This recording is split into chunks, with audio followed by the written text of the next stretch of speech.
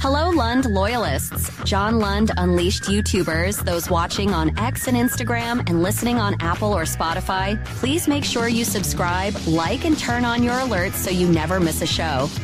And for all things Unleashed, go to johnlundunleashed.com. Live shows, archives, the blog, social media, links, and more. Now likely nursing a hangover.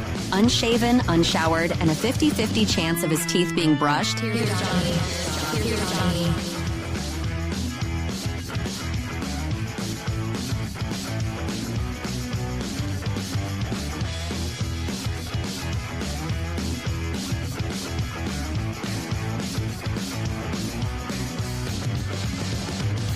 I guess I should put myself up there. Cannot happen. The loss to the Mavericks. Good to see you. Good to be seen. However you are watching. Maybe you're watching at John Lund Radio on X/Twitter. Good morning, good afternoon, good night.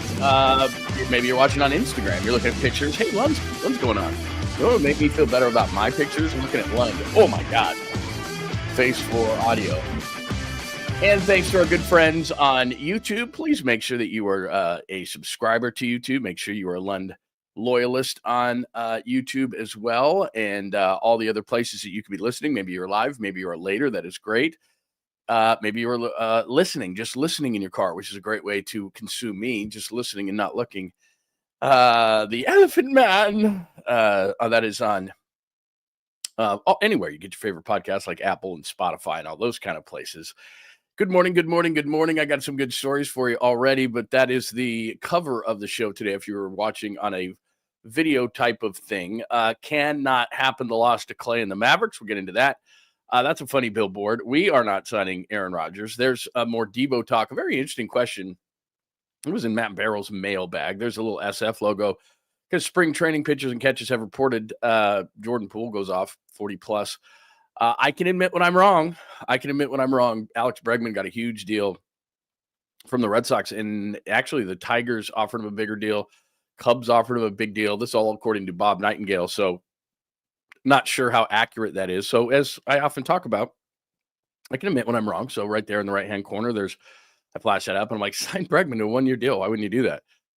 Well, because the Red Sox and Tigers and Cubs offered him a big deal that I wouldn't have offered him. So that part is fine, but I have a beef with one part of that whole conversation. So we'll get into that as well. Episode 61, the chalkboard, before I go out to roll call and the people that are hanging out in the YouTube chat. And again, if you're watching on one of those devices, believe me, I'm not being picky. I love that you are here and I love that you're consuming the show. But if you go into the YouTube chat and you join, you can have a whole lot of fun talking to the people. We put a great community together.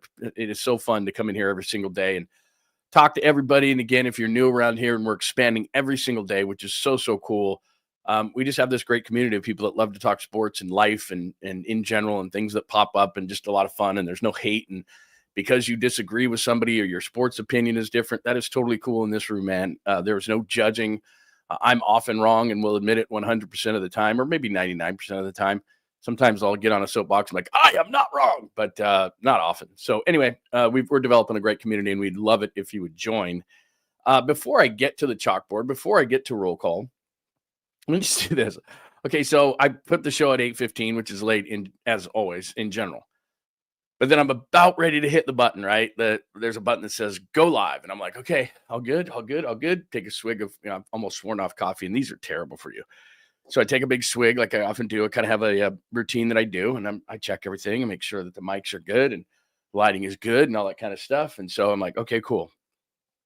And I literally am about to click the button, and I look to my right because the last thing I do before I go on the air is I hit X and I refresh and I make sure that I'm not going to miss anything, right out of the gate. Cause that's kind of embarrassing. I start with something and then all of a sudden I'm like, oh my gosh, wow.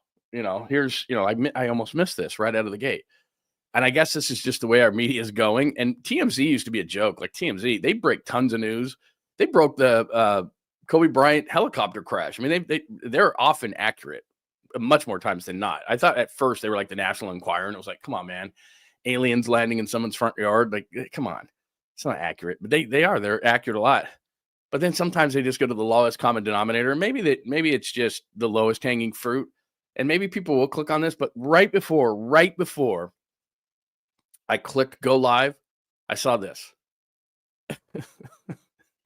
Jimmy Butler's short stain during Mavericks game. Fans suspect poo. Like that's our media. Like whatever, man. I don't know what's going on in Jimmy's life. Maybe he ate a bad burrito in Texas. I don't know. Give him a break. I mean, that's embarrassing, and he probably wishes he could have changed his shorts or something, and that's terrible.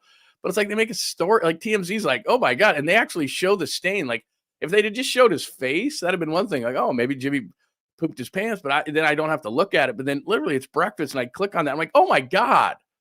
Like, can you let me have my Monster drink and some yogurt in peace? And I just did that to you. So now you're vomiting on your screen. But it's like, I guess that passes for news. Jimmy Butler's short stain during Mavericks game. Fans suspect poo. And I felt like I had to bring that to you for some reason. I don't know why. So am I playing the game? Because I'm going, God, TMZ, what the hell, bro? I'm trying to have some breakfast. Why do you got to put it, not only put it up, but then you put the stain in the picture. So I can't, I can't just look at the picture and decide, do I want to click on it and see the poo? Or do I want to just say, okay, I believe you, and then just move on to the next story? But they put it side by side. And then I just did it to you. So maybe I'm just as guilty as they are.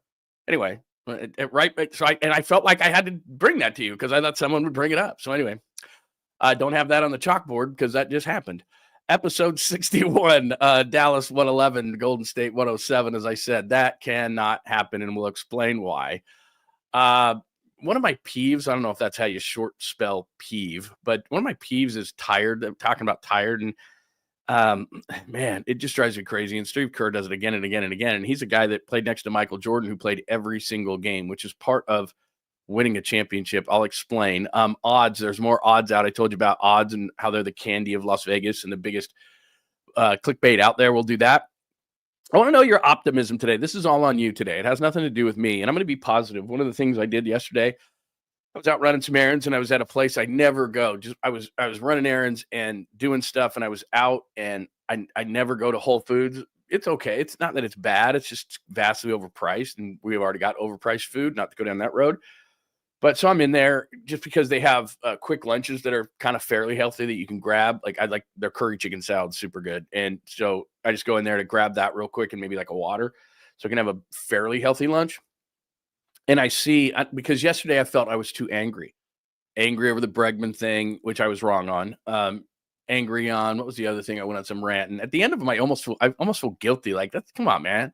People don't, especially in the morning, they don't want to yell at. They want to have you ranting and raving and crying and bitching and moaning. And that's not me. And so there was one other one yesterday that's slipping my mind. You guys can remind me of it.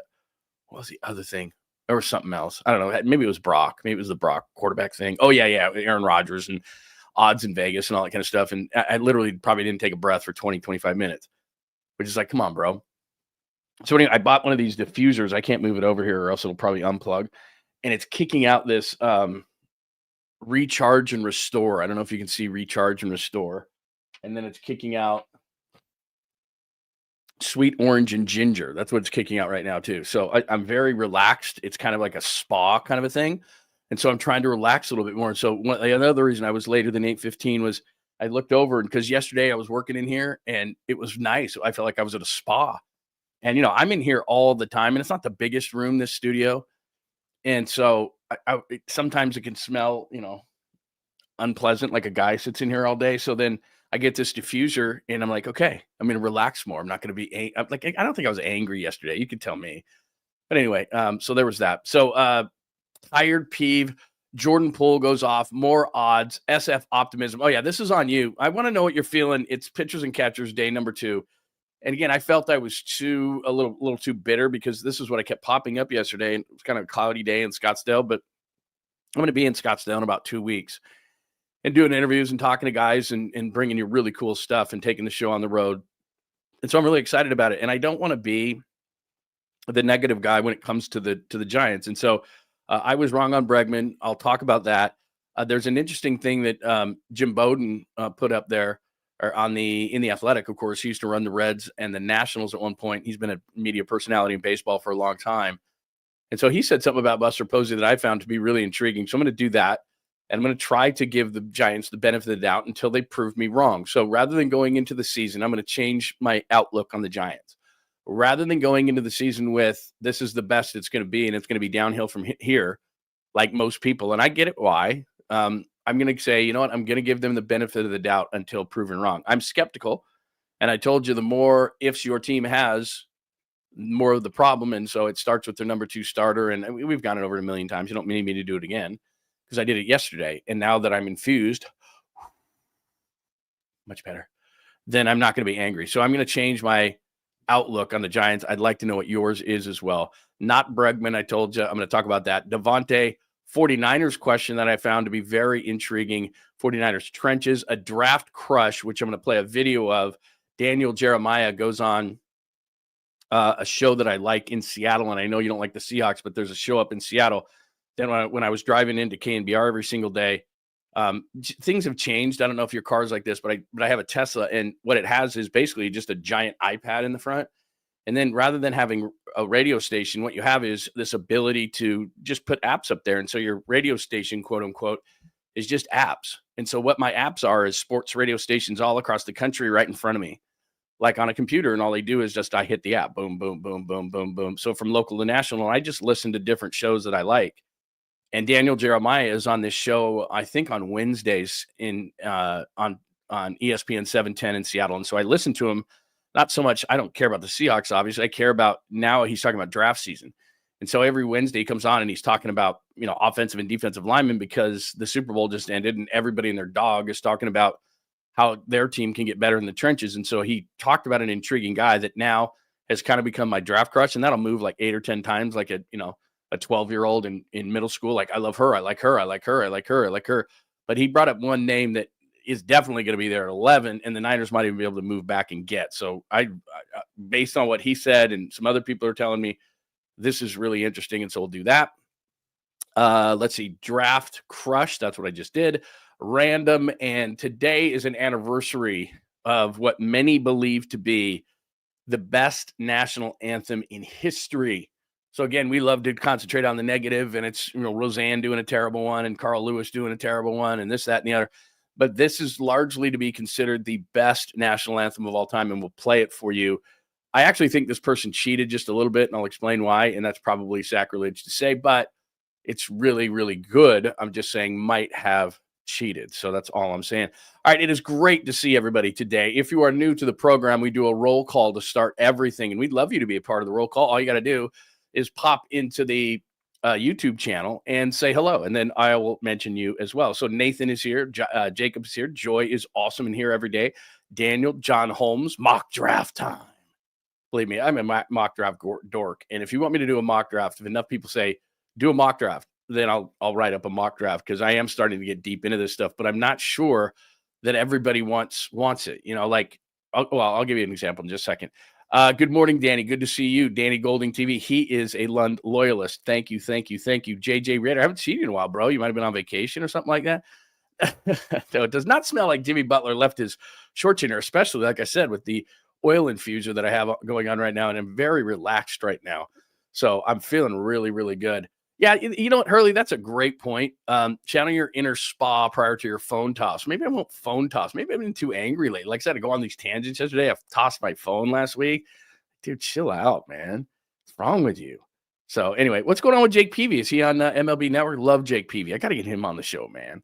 Love that guy. Sports Girl for Life. It is so great to see you. Yeah, I know. I agree with you, man. I'm sorry. I fell right into the trap. I'm like, I can't believe TMZ showed this. And then I showed it. Like, what do you, dude, your brain sometimes, what is wrong with you? Gizmo, it is great to see you today. Friendliest Catch. Hello, Friendliest Catch. Trade Brock, start Rodgers. Oh, no. I went into that tangent yesterday. And if I end up talking about it again today, I'll be far less angry. I'm not going to be angry about things anymore, man. Stop that. There's our good friend Daniel. Kings win, Warriors lose. Let's effing go. Yeah, that's a bad loss. We're going to start with that once I get through everything. That's just a bad loss from a timing standpoint. It's just terrible. Franco, it is tremendous. Lund. Good to see you, Franco. Good to see you. GM John. Yeah, I'm probably going to do some of that stuff today. I like when you do this because then I can do it. Hey, yeah, that's good. I like that. Scott Vernon, good to see you. My friend Rick. Hello, Rick. Let's see. What else do we have today? Oh, Harry Johnson. Good to see you, my good friend. Sports fan is here today. Jeff is awesome.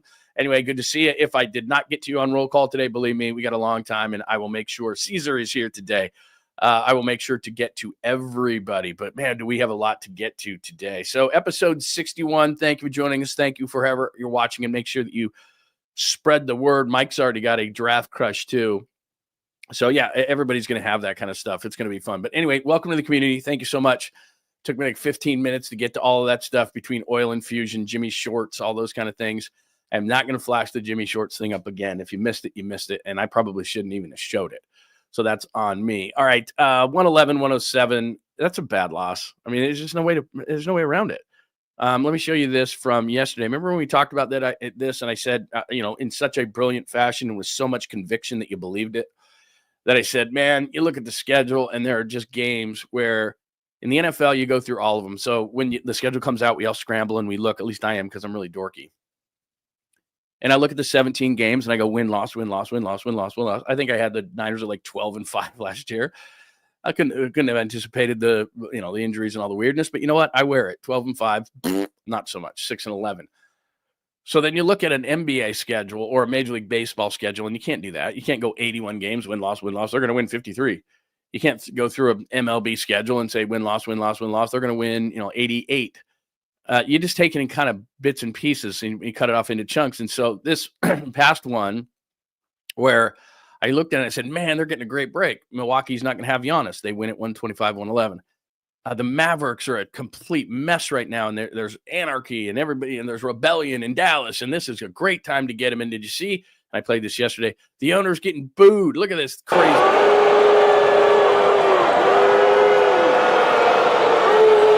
I mean, they're bringing signs to the game. They're pissed they traded Luka. What a great time. Anthony Davis is hurt. That's an easy win. Chalk up the W. And then last night, Kyrie goes off, and I'm getting better as I'm getting older in how would I term this? Just separating, I guess.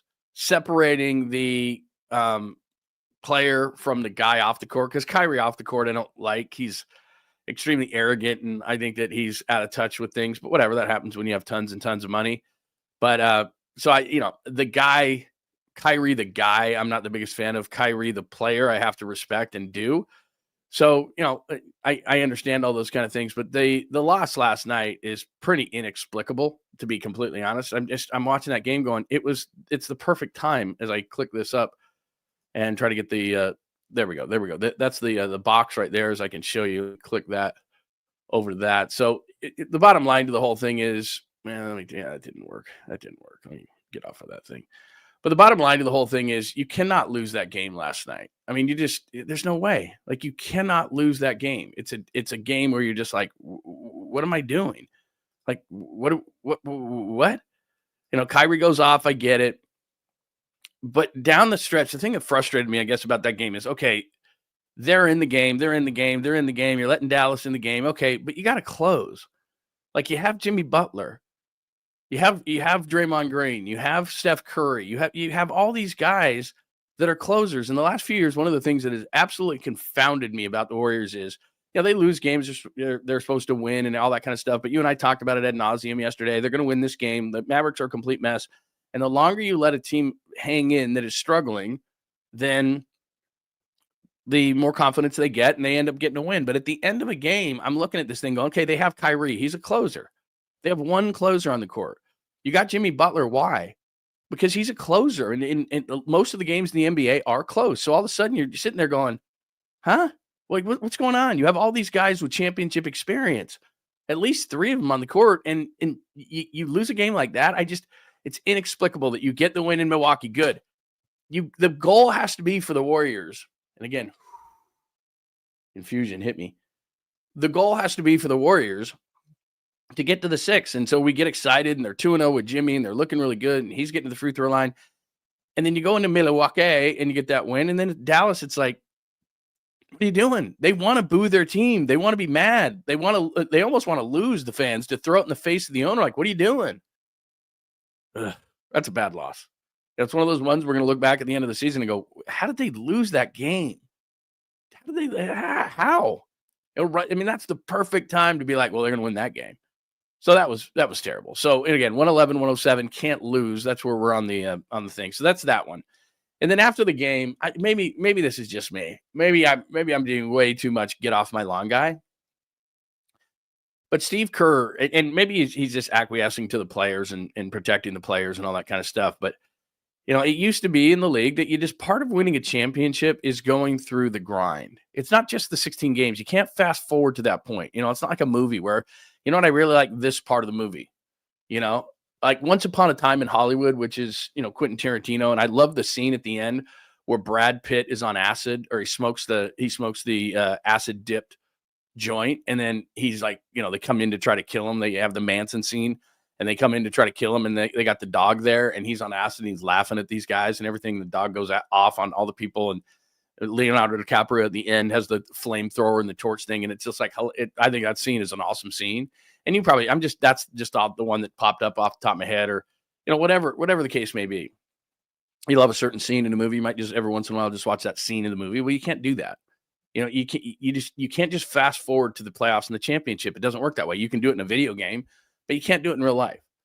So when I grew up, it was just guys played in 82 games. We didn't talk about tiredness. We didn't have all these devices. Now, look, I think it's better. I'm not saying it's not. But I'll tell you this, that in every single sport, whether it be baseball, and we're talking Tommy John and all the injuries that they have arm-wise in baseball, whether it be, holding guys back because they've got this device on that says, well, they can't play tonight. They're tired. And Steph Curry's like, no, I'm not tired. And it's like, no. You're tired. Device says you're tired. Steph's like, I'm not tired. Can the device put in the fact that I just am in amazing shape? Does the device know who I am? So the device tells you you're tired. And there's not less injuries. There's not less injuries. In fact, there's more injuries than there's ever been in professional sports. In basketball, there is. In baseball, there's more arm injuries. In baseball, there's more Tommy Johns. When they were throwing 300 inning starters, there were less injuries than there are now. I can't explain it. It's one of the most inexplicable things, maybe number one in all of sports. They've got all these devices and all these things that tell them when they're tired, when they're hurt, when they're susceptible to be hurt, when to be tired, like all these different things. Oh, you need a rest. The device says, boop, boop, boop. Steph needs to come out of the game. But we have more injuries than ever. How do we explain that? I don't know if it's just before in all the sports, they were calloused to it, or they just didn't think about it as much, or whatever the case may be. And look, in football, I'm glad that they have, the concussions and everything, and that they are better with that. But when we didn't know, how many fingers am I holding up? 8, you're in, go. It just, I don't know what it is. I don't know what it is, but we have more injuries than ever, but yet we treat every professional athlete like porcelain.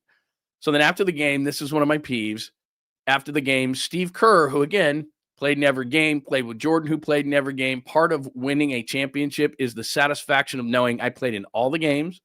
I played in all the playoff games, all the regular season games. I won a championship. I did not short anything. I did not cut any corners. I played in every game. There was no resting. There was no this. There was no that. Part of the whole thing is there's a gauntlet of 82 games that you have to get through. No way around it.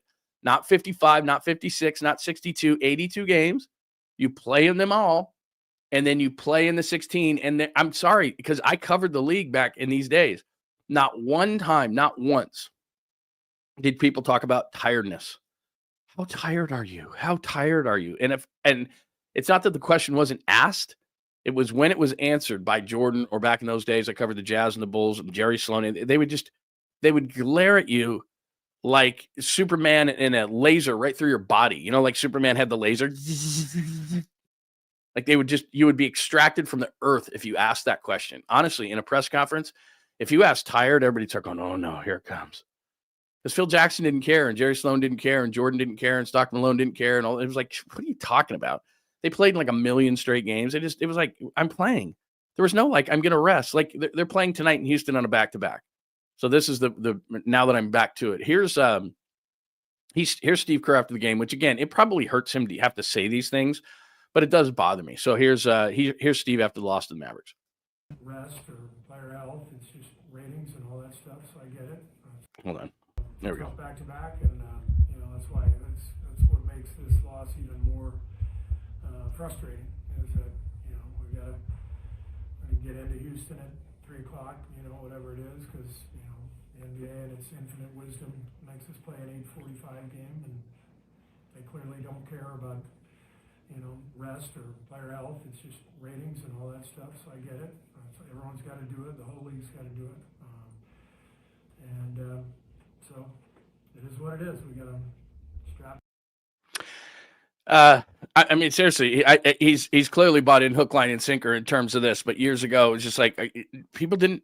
That's what I would have asked him as a follow-up question. Like, but when you played, you never talked about that. Why is it now? Why is it talked about? You have to play a back-to-back and you're crying about it? Really? You know what should have happened? Dallas is in complete disarray.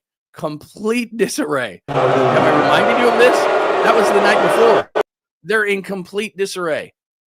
Anthony Davis is gone. Luka Doncic is gone. They don't have anybody. They have Kyrie. I shouldn't say anybody. They have Kyrie, and Kyrie's really good.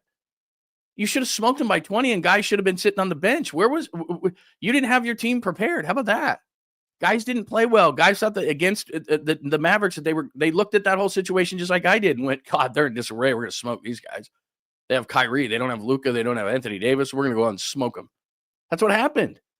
And they were not properly prepared mentally to play in that game. There's no way from a talent standpoint, they should have been within 20 points of you last night. And then you go in the post-game show, Steve Kerr, and you say, God, man, I don't know. Steph had to play 37 minutes. Love of God, man. Dudes played 42, 44. I mean, if you went to Jordan, I'm sorry to do this, but if you went to Jordan and said, hey, man, you're tired. Hell, I am. You're not playing tonight. Hell, I'm not. Like, they played. You want to know why ratings are down? Because guys aren't playing and guys are sitting and their device is telling them they're tired. Steph Curry is in amazing shape. Pop and I used to talk to his trainer all the time, and he would just laugh. Back to back. Oh, he's tired. I get it, man. Steph Curry's in his age 37 season, and you want to squeeze as much out of him as you possibly can, and you feel like resting him for an extra 5 minutes a night is going to elongate his career by like 2 years. But if I'm Curry, it's like we just lost to the Mavericks. We're a 500 basketball team. I don't want to play in the play-in. I'm playing in Houston. I don't care what your dumb device says. Everybody used to play every night. Pitchers used to throw 300 innings. I know that we are technologically massively advanced than we used to be, but there aren't less injuries. Rest of the guys, put on the device, tell them that they're tired. You're susceptible to get hurt tonight, whatever. These guys are professional athletes in amazing shape. And I know that they're older, but they play. They're programmed to play 40 minutes a night. And the more you play Steph, the better your chances. The more you play Draymond, the better your chances. And the more that you play Jimmy, the better your chances. They can rest in the offseason. These guys, they are so technologically advanced in what they eat. They didn't used to have the private charters that they have. They're treated like perfectly. They have these, everybody has a plan.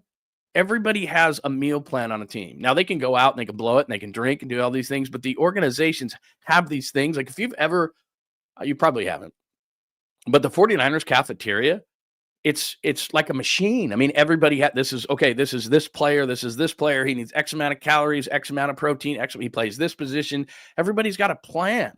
Like they didn't used to have a plan for guys. Like, what are you going to eat? Pablo's crushing, 3 pizzas in the post game, and there's a bucket of Bud Lights over there. Dude, Len Dawson was smoking at halftime during the Super Bowl. Like, I'm not saying it should go back to that, but hey, man, we're way over the top, man. Sorry, you can't have a beer. Here's a green kale shake because the device says you're tired. Like, God, like seriously, you're going to, they need to have ratings and it's, we got to play a back to back. And it's like, God, the NBA has scaled back so much on all this stuff. And I got an idea. If you think it's too hard, then cut it down to 60 games. No, I can't do that because of revenue. Like everybody's complaining that it's too hard and we're playing too much and football can't be played on a Thursday. Then give some money back.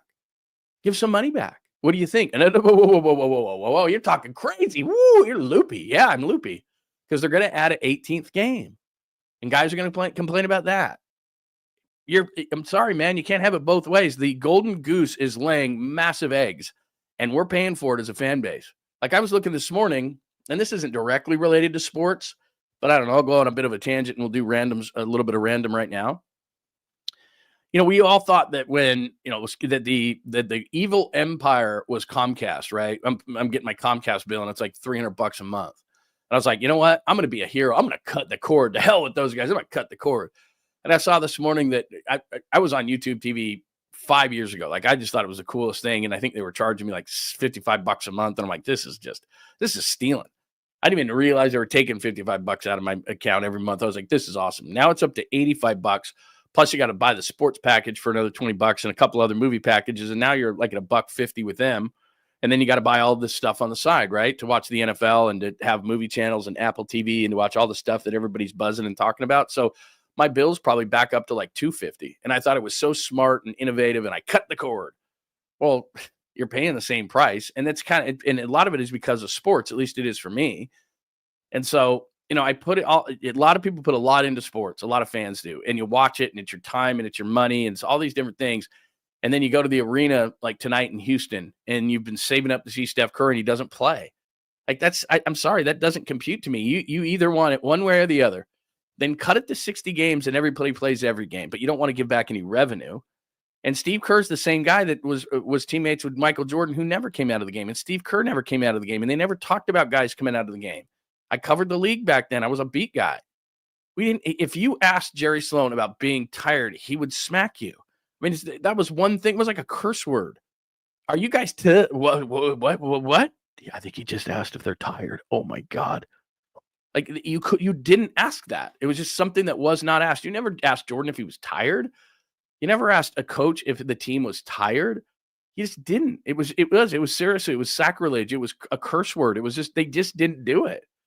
And the response, if anybody ever did, was it's both teams. It's silly. There's 82 games. We play 82, and then there's a tournament to see who wins the championship. That's part of the process. Part of the process. Like, you see certain throwback pitchers right now. Logan Webb is a perfect example. He's taking the ball. And if it's the 6th or 7th inning and you're going to try to take it from him, you better take it from his dead cold hands, because he's pitching, and there's not less injuries. That's what blows my mind, is that guys, 200 innings is like, this massive milestone that all these pitchers hope to get to every single year. And you're a horse if you get to 200 innings now. And yet there are more Tommy John injuries than there's ever been. So it's just funny to me that Steve Kerr, and I like Steve Kerr a heck of a lot, but for him to be not pounding the table, but up there saying, God, the league, man, we're playing back-to-backs, and it's just ratings and revenue, and that's all they care about. Yeah, because it's a business at the end of the day. Like, we have this fantasy land thought in our head as fans is, it's really about who wants to win the championship and who should win the championship and who's the best team. And it's all about the game. And it's not. It's all about the revenue of the game. These owners, I tell you this all the time, and it's 100% true. 80% of the owners, I'll say, maybe that's high. I think it's right. 80% of the owners don't care. Like, they don't want to win, in basketball over an 82 game schedule. They don't want to go 30-52. But if they went 52-30 and didn't win a championship every year, and the turnstiles turned and they made money off the business, and they, and their friends could come to the game and it was a pretty good team, and they could sit in their box and and drink, expensive champagne and high-end whiskey, they'd be pretty, and nice food and everything, they'd be pretty cool. Like 30-52, it's like, oh, bro, this is embarrassing. Your team stinks. But if you were in, getting to the second round of the playoffs or the first round, or above the play-in or something, and you could brag to your friends that you're pretty good and you got a full arena and you're making a bunch of money, and people would be jealous. Not all owners, most don't care. Most, it's just another, notch. Look at, I own Team X. That dude that got booed in Dallas, he was appointed that. He married into money. This guy, you think this guy has a deep passion for the Mavericks, this dude getting booed? This guy? No, he married into the Adelson family. He doesn't have a passion for the Mavericks. He doesn't even live in Dallas. They're from Las Vegas, the Adelsons. They just happen to be the team that was available to buy, and so they bought him. He's not dyed-in-the-wool Mavericks fan. He just, a year ago, he was just appointed that. The Adelson family has the money. That Patrick Dumont, he was just, his wife has the money, and he's just appointed as, hey, you want to own the Mavericks and go to the games? Yeah, that'd be cool, man. He has no tie to the Mavericks. He doesn't care. He just moved Luka Doncic. Whatever. I don't care. What's the bottom line? Are people coming to the games? I don't care if I'm being booed. He doesn't care if he's being booed. He's looking at the bottom line. You people came here, paid money, bought concessions, bought my whacked out beer prices and food to boo me. Thank you. Thank you very much. I don't care if you like me or hate me. Are you spending your money on my product? That's all that guy cares about. He doesn't care that he's getting booed. He cares. He does not care. He got appointed that after marrying into a rich family. So you think he has passion and wants to see the Mavericks hoist a trophy? I mean, he wants to go to center court and hoist said trophy to tell his friends, "Did you see me? Did you see me on TV? Did you see Mike Tirico interviewing me when I held up the whatever that trophy's called?" He doesn't even know it. It's the Larry O'Brien. Like, he doesn't care. Anyway, sorry. There, I thought I had the infuser and I would be a lot nicer person today. I guess not. All right, let's check in on what's going on. Let's see. Oh, the SGA. Yeah, I saw him go off last night. How about, I don't know about Oklahoma City. At one point, I think Oklahoma City is going to smoke everybody. They're a young team. They just got Holmgren back. And then, the Warriors beat them a couple of weeks ago, whatever. And I'm like, well, they're not that good. But, yeah, they look good last night. Man, that was a terrible trade. And Paul George, how bad is Paul George? I was watching SportsCenter last night, and it's like, what do you have, 6-8 points last night? Thank God the Warriors didn't sign that guy. Jeez. I mean, seriously, you may say that a team had a bad offseason because who they didn't get, but like Markkanen's not having a good season. Paul George is having a terrible season. Like, those guys wouldn't have mattered.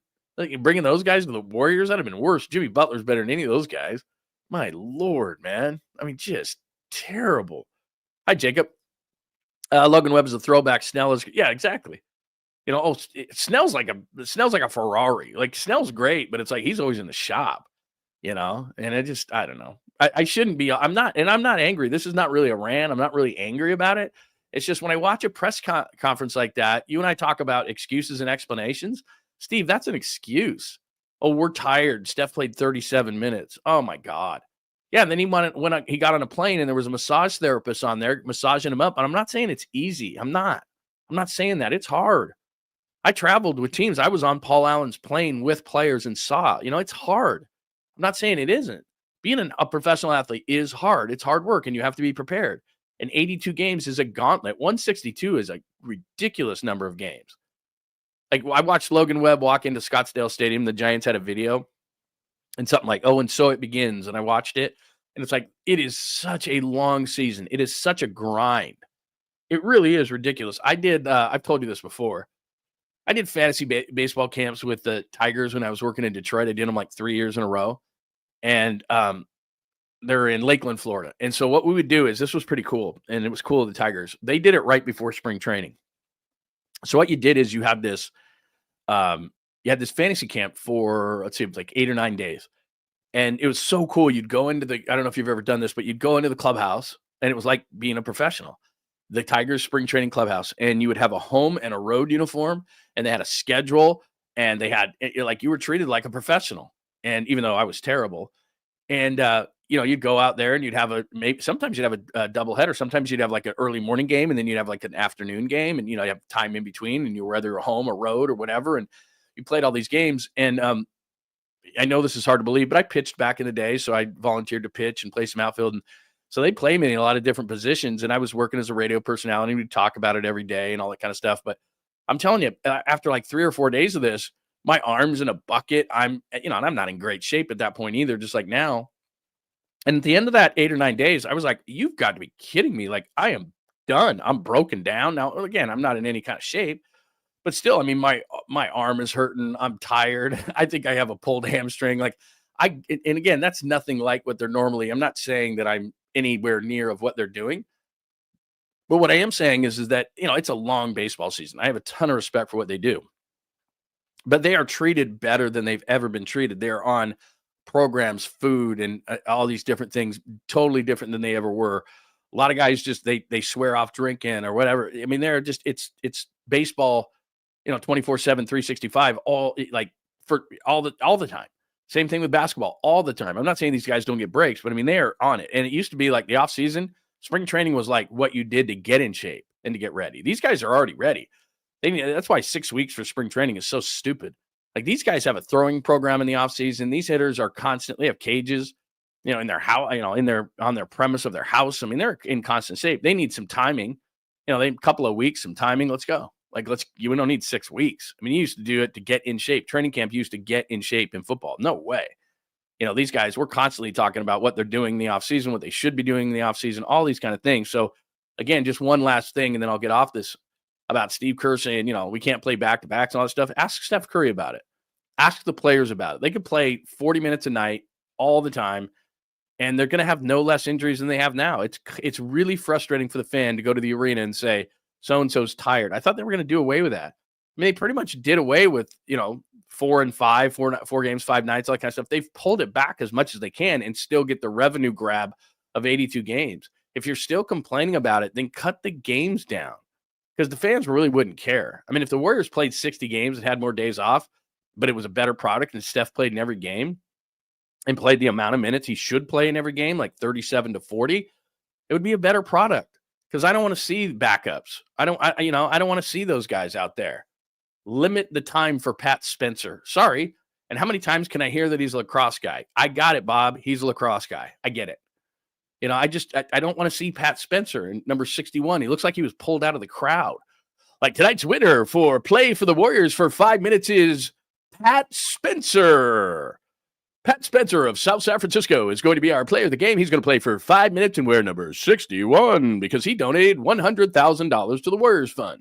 Like, that's what he looks like. He looks like he's a player that just like they yanked out of the crowd. All due respect. And I'm sure he's a great athlete because I don't know if you know this, but he played lacrosse and basketball. I've never heard that story, but it's like, cool. I less Pat Spencer, no offense to Pat Spencer, and more Steph Curry and less games.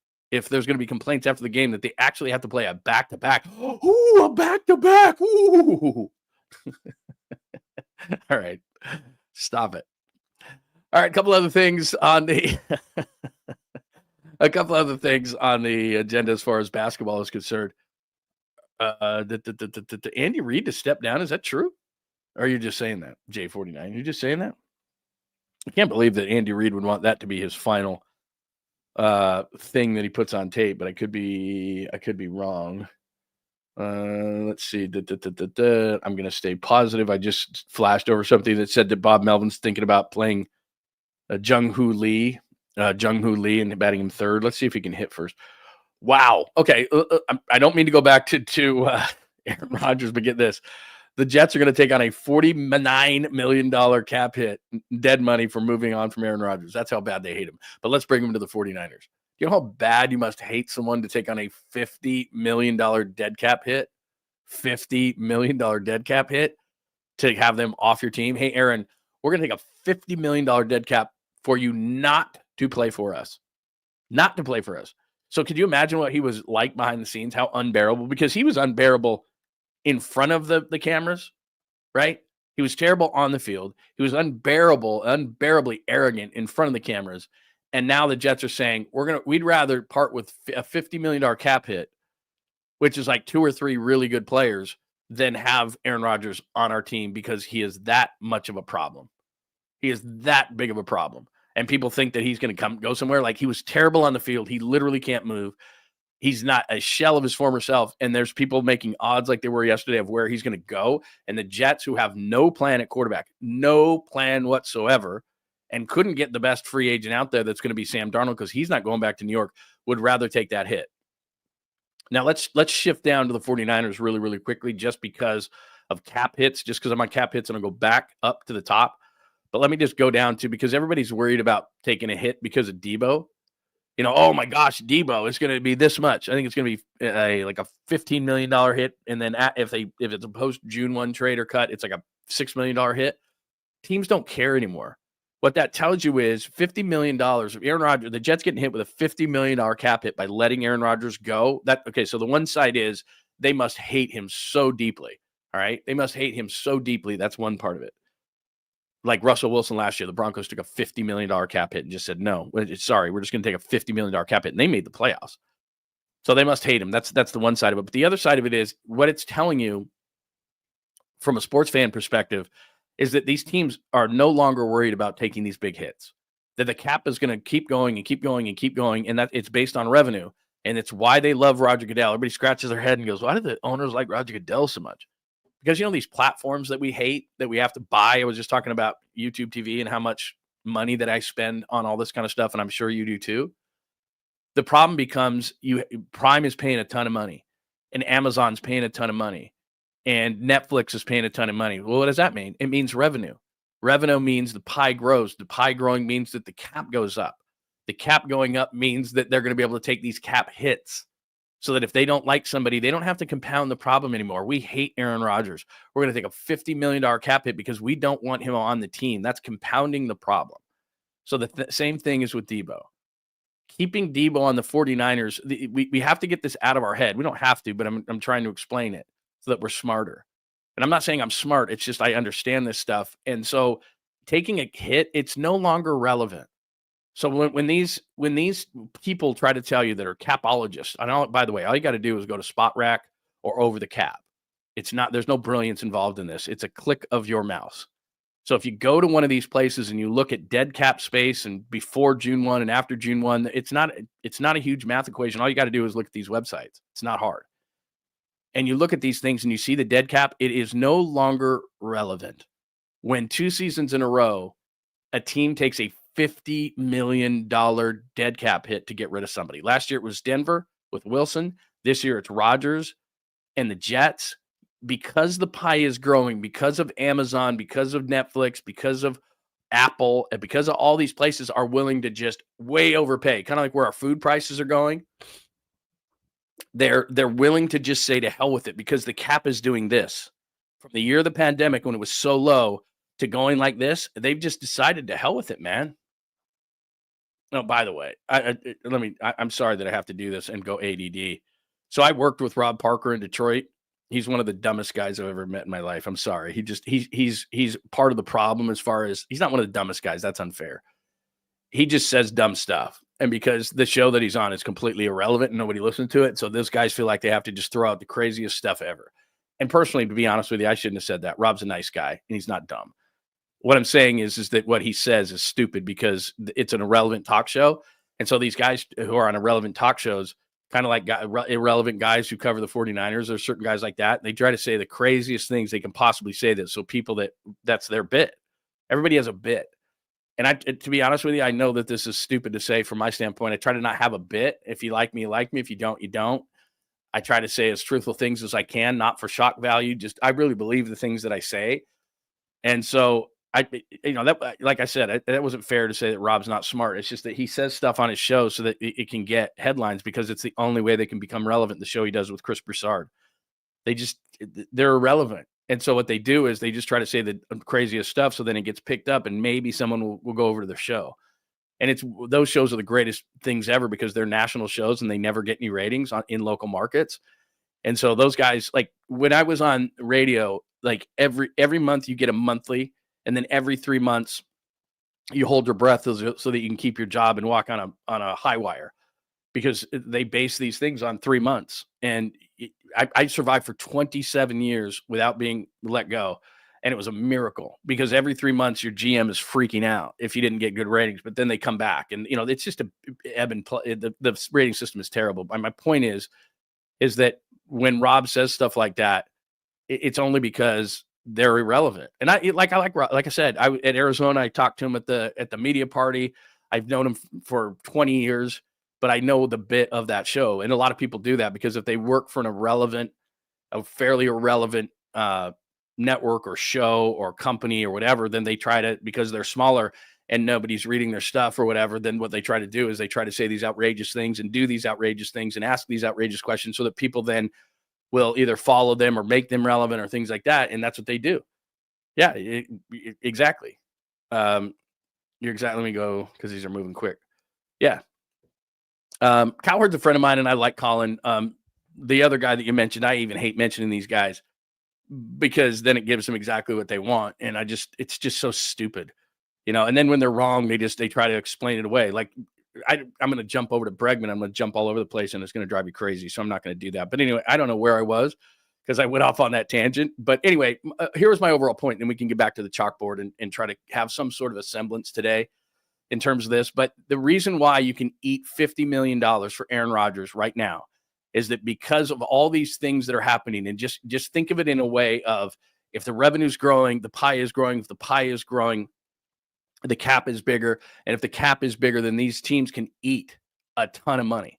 So it's proven for the second straight year. Wilson last year, $50 million with the Broncos, and somehow they still made the playoffs. And then the Jets this year are going to eat $50 million on Aaron Rodgers.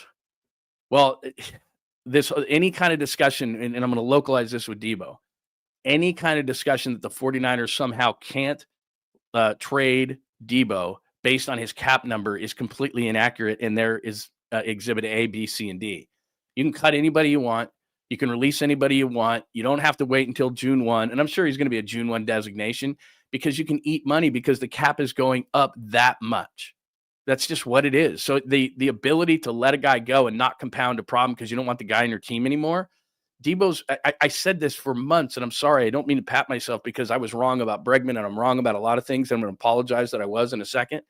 So I say a lot of stuff every single day. And I'm right on some, wrong on some, and I don't have to be right. It's just what I think at the time, and sometimes I look like an idiot. But when it came to Debo, all these people saying that he's going to be on the team because of money, that doesn't happen anymore. It doesn't happen in the NFL anymore. If they want a guy gone, the guy is gone. They're not going to compound the problem. They're not going to block a guy who's younger and better or a rookie, or they're not going to, a guy who like Debo who clearly doesn't fit anymore. The guys who fit around Brock Purdy are guys who can get open. Jennings can just elevate above somebody. Pearsall, the reason they drafted him is he's supposed to be this great route runner and he can get open against man coverage. Brandon Ayuk can get open against man coverage. George Kittle is always a mismatch against safeties or linebackers. Against safeties, he's too big. Against linebackers, he's too fast. He's a mismatch. Christian McCaffrey is a mismatch every single time he's out on a route. So those guys are where they're supposed to be at the right time. So what Brock has to do due to his lack of arm strength and things that made him the 262nd pick in the draft is he has to become, he's an anticipatory thrower. He has to anticipate where the ball is going to go before the player even turns around. Well, because of that, guys have to be where they have to be. If you're running a 7-yard, out, or if you're running a dig and at 6 or whatever the case may be, that's where you have to be at that time. The timing has to be right. And the difficulty of the position, which we talk about all the time, is you have 300-pound men trying to crush your face in, and you have about 2.3 seconds to make a decision on 4 or 5 people, depending, or 3, how many ever out you have on the route, and you have to be on the same page telepathically. This is why it's so important Brock gets signed early, because you have to be on the same page telepathically, and you have to be able to say to yourself, Brandon's going to be there, even though, I got to throw it early. Kittle's going to be there. Ricky Pearsall is going to be there. Jennings, I'll just throw it up. But, you have to, and while 300-pound men are trying to crush you within 2.3 seconds, you have to make a decision of the 4 or the 5 guys that are out on the route, and you're going to have to read their mind, decide, nope, yes. And in that time, that ball has to be before he even turns around. It's not college, like, wait. Oh, he's wide open. It doesn't work like that. So the reason why Debo is gone is that Debo Samuel doesn't do that. Like, he's not in the right place. He's not a precise route runner. He doesn't get open against man coverage. So the only way you can get the ball to Debo is if you contrive ways to do it. Smoke screens, quick hitters, quick slants, normally quick stuff to get the ball to Debo, because you're not sure if he's going to be where he's supposed to be. And you have a quarterback that needs to be able to anticipate throws. And so you wouldn't just say to yourself, well, God, we're going to take a $15 million, $20 million cap hit on Debo. We can't let him go. I guess we're just going to have to keep playing him. That is not the mentality that the NFL works under anymore. Like, we're stuck with this contract. I mean, this guy doesn't fit us anymore, or this guy doesn't work anymore. We're just going to have to find ways. Like, what does he do well still? Let's find a way to keep him, because he makes so much money that we can't let him go. Those days are done. They're going to eat $50 million from Aaron Rodgers are the Jets. The Broncos ate 50 on Wilson. There's a ton of that going around the league because the number keeps growing, because you and I have to pay YouTube TV and all these different things. What a weird connection that is. That's the way that the game works. The pie is growing at such a level that the Jets can eat 50. And so people are like, oh my God, they can't let Debo go. He's going to cost them $15 million. So what? They don't care anymore. They don't. So all the people that do those things that break down the contracts and say, well, this is what they're going to, all you have to do is go, doesn't matter. Doesn't matter. They just ate $50 million on Aaron Rodgers. The Broncos ate $50 million on Russell Wilson. The league is different. I don't care. They'll eat the money. By the way, newsflash, they have the money. These teams are flush with money. So it's not only can they eat the money from a literal standpoint, but also from a bean counter standpoint. They're just going to eat the money on paper. And a lot of times they're not eating the money literally. It's just paper. It's just on paper. They're not going to lose $50 million. It's just that's the way that they've already paid that money out, all that kind of stuff. They're not literally losing $50 million. The owner would fade. It's just on paper. That's the money they have to eat. So what that means, and you probably know this, if the salary cap is at, $250 million, your salary cap that year is at 200. And the greatness of what Parag Marathe and the Niners do, not to get too deep in money, and then I'll move away from this stuff because people are like, oh, money talk. Oh, what? Is he done talking about money yet? The Niners moved $50 million over from the cap last year. So if everybody else's cap number is 250, the Niners is 300, and the Jets just ate $50 million. So their $250 million is $200 million. So the Niners just conceptually have $100 million more than the Jets. Woo! That's how it works. And so again, can we eat 15 on Debo? That's an appetizer. That's like one chicken wing. Like that's nothing. Anyway, all right, I'm done. Hopefully we got smarter on that because I'm not very smart. I'm just telling you that's how it works. It's this weird thing that ties YouTube TV into how much money you can eat on Debo. Mike says, would love to call in for a mock draft. Yeah, I know Walter's doing a bunch of call-in stuff, and I know how he's doing it. Thank you for the donation, Mike. You are the best. That will go to the George Lund Fund, and that will go to the ex-wife fund, $1 each. Thank you. I love you. I got to think about some kind of a mock thing. I know that Krug and I are going to do it. If we get enough feedback, then I'll say, okay, all right, we'll do it. I'm just saying, like, do you want me to draw one up like all these people do? Like, Mayoko did one that had Tyler Warren, which I really like. I just don't know that they can afford to do that. But here, let me pop some of these up before. God, we got so much to get to, and we're like an hour into the show. But Aaron Rodgers, they're eating $50 million. And I just wanted to explain why that is the case. I wonder if the Niners are serious on letting Debo go. Why let him and his agent pick a trade partner? I just want to trade him, period. Just trade him. The reason why there's God, did I just lose a bunch of video? Hang on just 1 second. Oh, okay, that still works. I don't know. I just got a bunch of blank stuff. Hang on a second. 0. Wow, all my video just ran away. I may not be able to play it. I've seen this player. Okay. You know what? Even if I can't play the video on this stuff, because for some reason all my videos just went blank, because I'm going to play this stuff from Daniel Jeremiah that I absolutely love, but we don't have to. Some of the stuff we have to see, some of the stuff we don't. So we already played the Warriors Tired. Oh, the best anthem. I mean, I would love to show you the video, but I can still play that. So we're okay. The reason why they're going to allow, and why this is a great question, Steve, and the reason why they're going to, and why teams do this anymore is because they do want the player to be happy. And what it means is it's almost like PR. Like if we treat Debo like garbage, who was a really good player for us for years and almost helped us win a Super Bowl and was really, really good. If we treat him like garbage out the door and just say, you're going to the Patriots, suck it, right? Just you're going to the Patriots, shut up, go. That used to be the way that it was, and teams didn't care what the player thought, and they just kick him out the door.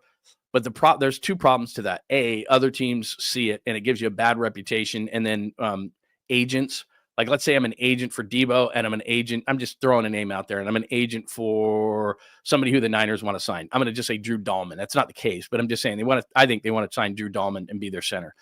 So all of a sudden the agent says, "God, you treated my guy Debo like crap. I'm not steering Drew Dahlman to you." It's just like life and business. Like we all have to be nice to people that we really don't like. Can we be honest? Like I don't like that guy, but geez. And I tell my son this all the time, like everything in business, everything in sports, it's about relationships. It all ties together. So, guys are doing chunky soup commercials together, and guys are doing this and guys are doing that. And they have business interests, and agents have certain other players like Scott Boras. Scott Boras is a complete ass, but you can't disassociate with Scott Boras because next year he's got a guy you want. So there's all these tie-ins. And so you can't treat Debo like garbage out the door because other players, and you're going to get a bad reputation for it. That's bad. You can't treat Debo like garbage because you're going to have to deal with his agent later on down the line with somebody you want to sign, and he's going to stick it to you because it's not just about business, it's human nature. So you can't do that either. So there's just all these reasons why you have to do that. And then the other part of it just generally is being a good organization. Look, Debo from I can separate Debo Samuel the person from Debo Samuel the player. Debo Samuel the person, from my perspective, has never been a good guy. Not to the media, not to anybody. I mean, I told you the LA Super Bowl story about the guy who had the Debo nose sweatshirt. Like, just from a personal standpoint, I'm not the biggest Debo guy, but I can separate that from Debo the player. And Debo, the player, has been a really good player for the 49ers for a long time. So you can't treat him like garbage going out the door. It's just the way it is. You try to work with him and find the happy medium between a team that he would want to go play for, which is a winning organization he would like to, or a team that maybe would offer him an extension, because I think somebody's going to have to redo his deal. That's a part of it. So Debo, you could cut him. I mean, here's the thing too, is that there is no difference in the situation with Debo in cutting him or trading him before and after June 1st. So in other words, if you cut him or trade him before June 1st or a designation of June 1st, it's the same amount of money. If you cut him or trade him after June 1st, doesn't matter. It's the same amount of money. And what I mean by that is you're going to get hit more before June 1st and less after June 1st. But what I'm saying is the key is that it doesn't matter if he's cut or traded. I guess that's what I'm saying. And maybe I should say that better. It doesn't matter in those two designations whether he's cut or traded, same amount. What the Niners are trying to do is get something for the asset. And when John Lynch says, and we played this for you the other day, when John Lynch says we're not in the business of letting good players out the door, what he means is what he forgot to say or where he got cut off maybe. We're not in the business of letting good players walk out the door for nothing. That's the key, for nothing. You got to get something for the asset. So the Warriors, when Kevin Durant, it's clear Kevin Durant's leaving for Brooklyn at the time, they get D'Angelo Russell back, and people are like, what is D'Angelo Russell? You just got to get something back, because Russell then became Wiggins and Kuminga, and then Wiggins became Butler. So you essentially traded, now that looks not so bad, that you traded Kevin Durant for Jimmy Butler and Jonathan Kuminga. Now that's not terrible. So now, you have to get something in return, because you never know what the asset is going to be down the line. You can't let Debo walk out for nothing. You could. I mean, financially, it's the same thing, whether he's cut or traded. But what you're thinking to yourself is, I can get maybe as high as a 3rd-round pick, or I could get as low as a 5th-round pick. Dre Greenlaw and George Kittle were taken in the 5th round. I can get a 5th-round pick, which means it's just another shot at the dartboard for the Niners. And that's what the draft is. It's a dartboard. It's a lottery ticket. I've told you this a million times. The first round of the NFL draft is 50-50, and it goes down from there. So these are dartboards. These are lottery tickets. These are what these are. And if you get more of them, you think to yourself, okay, the lottery is up to $2 billion. I got to give myself a ticket.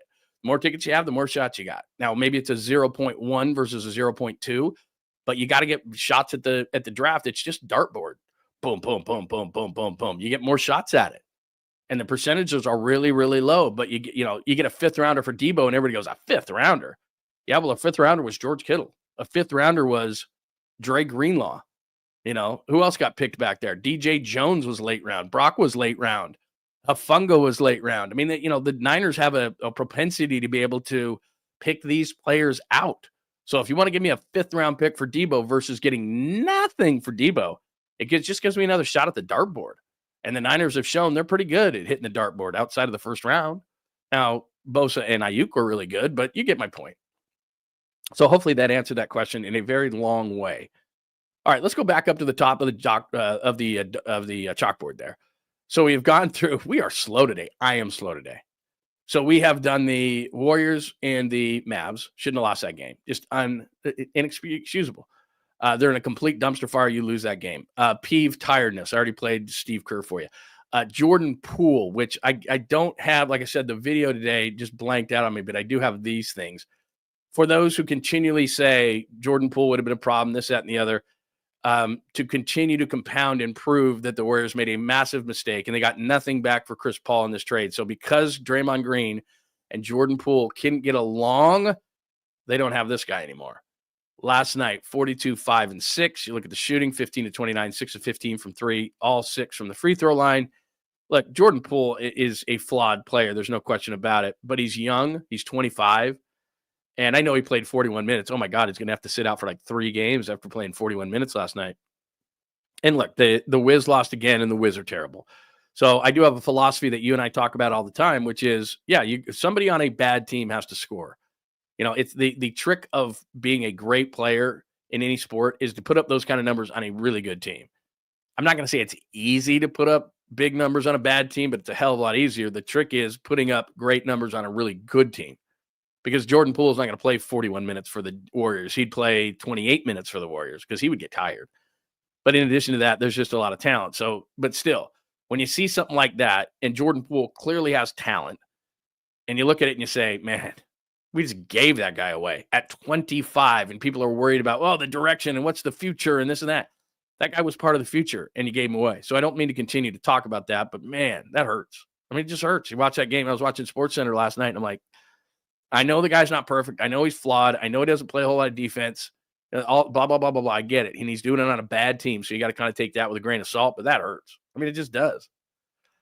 We got into this thing yesterday because of Aaron Rodgers about odds. And remember, I told you that, odds, if they did these kind of odds as bad as they do, and they did games like this, Vegas would go under. And this is just crack and candy and porn. This is what it is for gambling. They don't put any thought in this. So what they do when they throw these odds out, and I get them on my email every single day, which is why I'm bringing this up to you. So yesterday we got into this conversation, and I'm far more calm today, where Aaron Rodgers, who, by the way, the Jets, if you just joined us, are going to eat $50 million to get rid of Aaron Rodgers. 50. So again, the Niners are fine eating like 3 or 4 chicken wings, an appetizer of maybe 15 or whatever they got to give up to lose Deebo Samuel. Like it's anymore, because the cap keeps going up. It doesn't matter to these teams anymore. It's not relevant.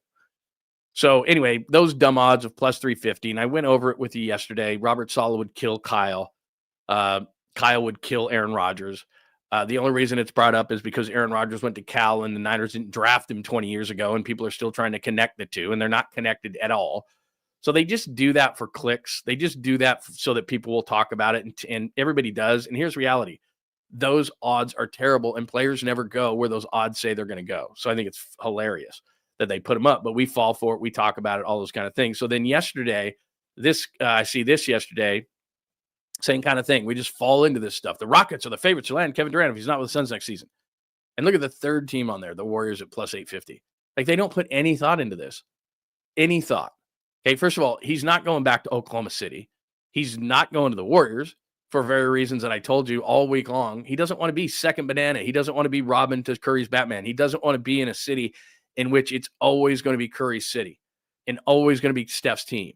He's said that again and again and again, and he hasn't even denied it. Like he did the press conference the other day. He doesn't want to come to the Warriors. How much more clear can it be? But then what Bovada official does is they put the Warriors at number 3. Why?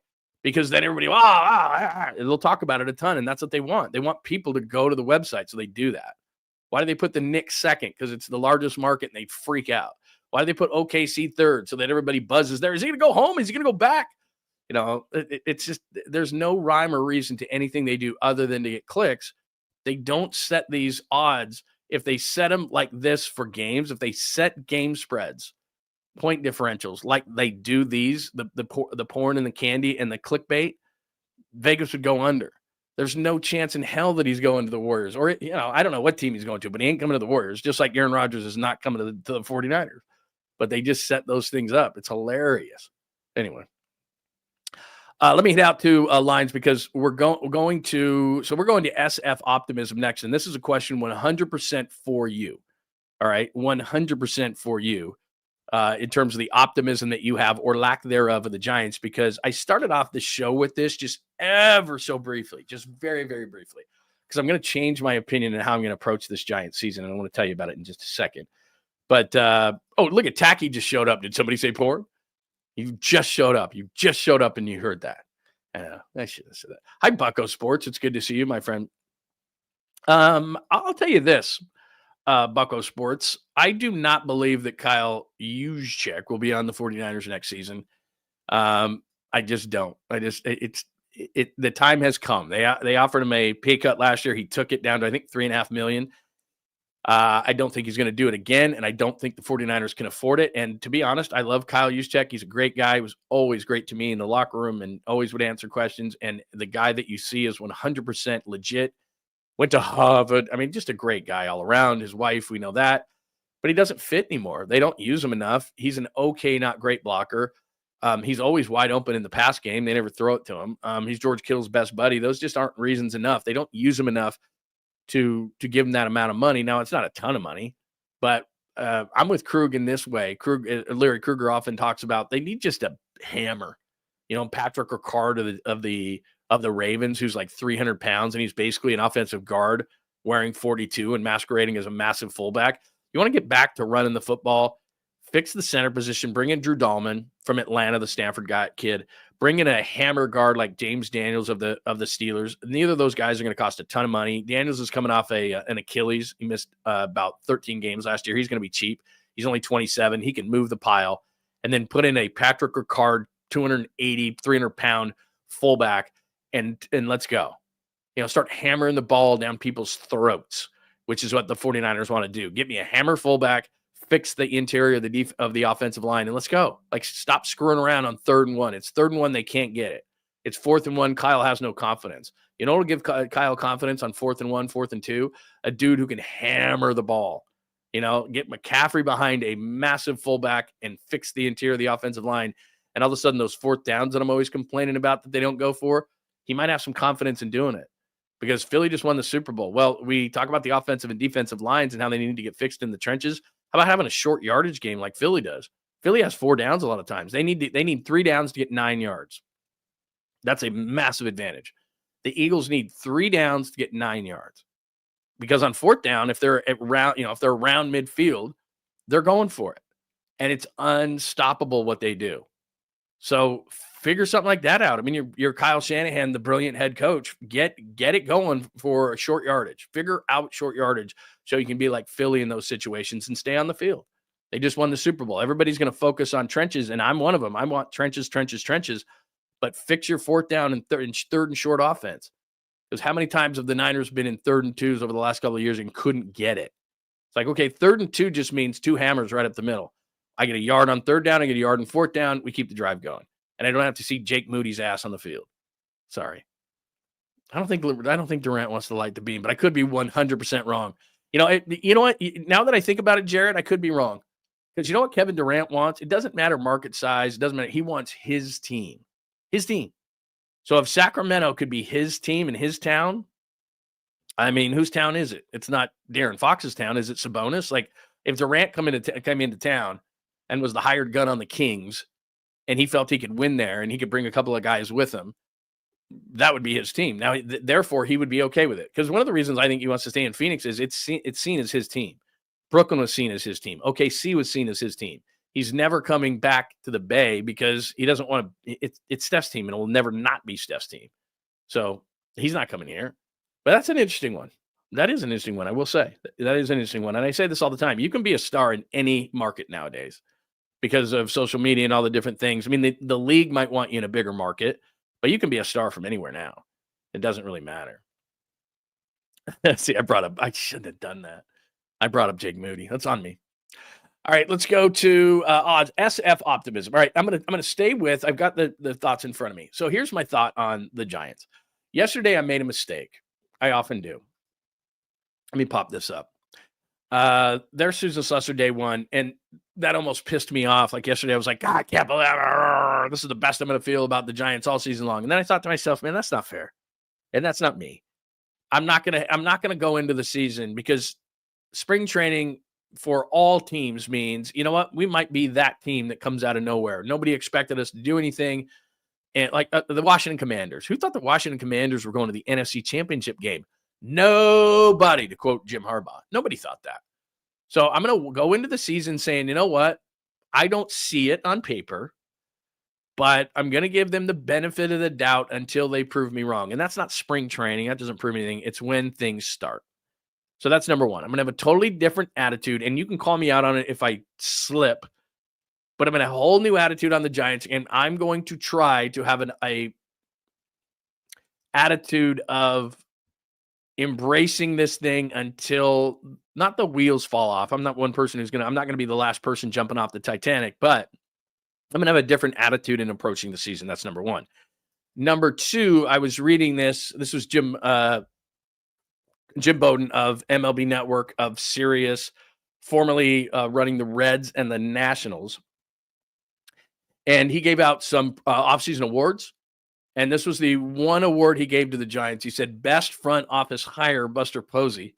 Says Giants ownership made a splashy but smart hire in tapping franchise legend Buster Posey to lead the Giants front office, blah, blah, blah. You know all that stuff. Do I really have to read it?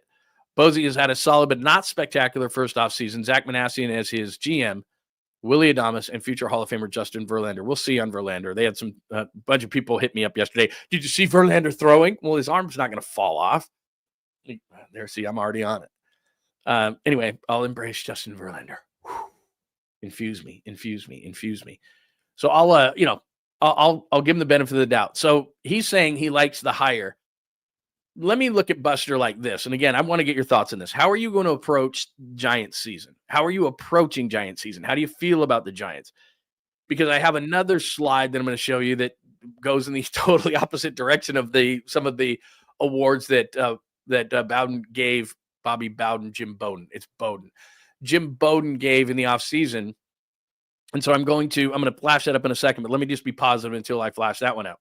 This is how I look at Buster's first offseason now that Bregman, which I was wrong on yesterday, now that Bregman is signed with the Red Sox and there's really nobody for the Giants to add. So this is going to be the Giants, right? I had a small, tiny glimmer of hope on the Giants signing Bregman, but they didn't. So it's set. These are the guys that they're going to have. And whether there's questions with Verlander as the 2-starter or Ray still coming off TJ or the young pitchers, or whether, Wade's good enough at first base or Fitzgerald's going to be good enough at second, or we're going to see first half versus second half in left field, or if we're in Jung-Hoo Lee can play or Yaz, or all these questions that I have about the Giants. Regardless of this is how I look at Buster Posey's first offseason. I could be 100% wrong. I don't have insight on this. In a couple of weeks, when I go down to spring training, I'm going to try to have insight on this. But I don't have any right now, so this is just pure speculation on my part. We've all been there.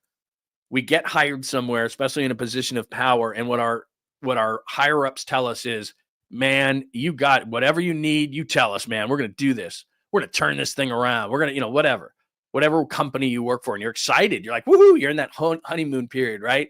And so you ask for stuff. Hey, I need this. I need this. I need this guy. I need that guy. I want to hire this guy. I want to bring this guy in. And they're going, yes, yes, yes, yes, yes. And then they hit a wall and the honeymoon period is over. And they're like, nah, we've spent enough, man. This is what you got. And you're like, okay, you pushed it as long as you could. You got as many people in and as many policies changed or whatever for your company that you did. And now this is reality and this is what you have to work with. And that's what you do. You move forward. The honeymoon period was a lot shorter than I thought it was going to be for the Giants. They get Willie Adames, and then I went, and it's not like Willie Adames was an appetizer. Willie Adames was the whole thing. He was the steak dinner. He was the side dish. He was a lot. They gave him a lot of money. And I was excited about it, but I thought they were going to do more. And while Verlander's a good name, and I will, like I said, adhere to my new policy of we'll see. I thought they should have maybe went out and got Jack Flaherty and had some more depth. I thought they should have, been maybe a little bit more aggressive in finding a first baseman. Like even, I know that you're going to laugh at this, but even a guy like Spencer Torkelson of Detroit, who's kind of fallen out of favor there, was a former number 1 overall pick. Why not see if you can, on a low buy, stocks go high, stocks go low. On a low buy, why not see if you could pick up like a Torkelson or something like that? Just have a backup plan at some of these positions and take a flyer on some of these guys, which they didn't end up doing, which is okay. All right. Again, with my new position, I'll reserve judgment. But I think that the honeymoon period for Buster was really, really short. So I'm not on Buster about this because Buster can only do what the powers that be allow him to do. Do you think he wanted to be on Bregman? I think he did. Because everything Buster said that he wanted in a player, he wants some veteran players, he wants winners, he wants guys with the right attitude, guys who are great in the clubhouse. Bregman is all of those things. I don't care about the smashing of the trash cans. He's all of those things. But they weren't even in it. So the teams that were in it, and I'm going to go ahead and say this again, I was wrong on Bregman. He got a 3-year, 100 and it was 40 a year, 40, 80, 120, or maybe it was a 4 and 140 or whatever it was. It was a big deal from Boston. And it's got a lot of deferrals in it, which I want to get into in a second. But the Cubs were in on him at like 3 and 120. The Tigers offered him 171, according to reports. So he had 3 or 4 really solid offers. And what I was saying yesterday about Bregman is like, look, if he's going to be this late and he's going to play on a 1-year make good, why aren't the Giants in on this? He could have played second base. Tyler Fitzgerald could have played the Super U role and would have gotten plenty of at-bats. And then all of a sudden your infield is Wade, who I don't love at first base, but then Bregman's got you some offense at second, which is unusual. You got Willie Adames, you got Matt Chapman. All of a sudden you're rolling, and your catcher can be a defense first guy. And you hope that Ramos is good, and you hope that Lee is good. And then, a good defender, not a great consistent bat. So, but then Bregman brings the value of your offense up. So that was all my thought was. And I thought maybe at this point of the offseason that he was going to be doing a 1-year make good, kind of like what Pete Alonso did with the Mets. He signed a 254, but it turned into a 1-year, $30 million contract. He's going to be on the market next offseason. And Pete Alonso was never coming here for a 1-year make good. The park just made it so that that's not happening. But I thought Bregman would be an interesting guy. No, so I was 100% wrong in that he got a big deal that I didn't think was out there. So I'm wrong in that way. But this is not being down on the Giants, but what the Giants have to realize, and part of the problem with the Giants right now, and I hope Buster can change this, even though Buster's old school. So they're not in the Japanese market, which is a major thing, and one of the reasons why the Dodgers are so far ahead of them right now is they have 3 Japanese players. If Sasaki is what he's supposed to be, and we know what Yamamoto is, and Ohtani is now throwing off a mound. So they've invested heavily, and they've, money absolutely talks, but you've got to have some sort of a culture there, and they have it. And so they've outdone the Giants in that way. In the international market, the Giants just got the second best prospect behind Sasaki, but the guy's 17, and I don't know what he's going to end up being.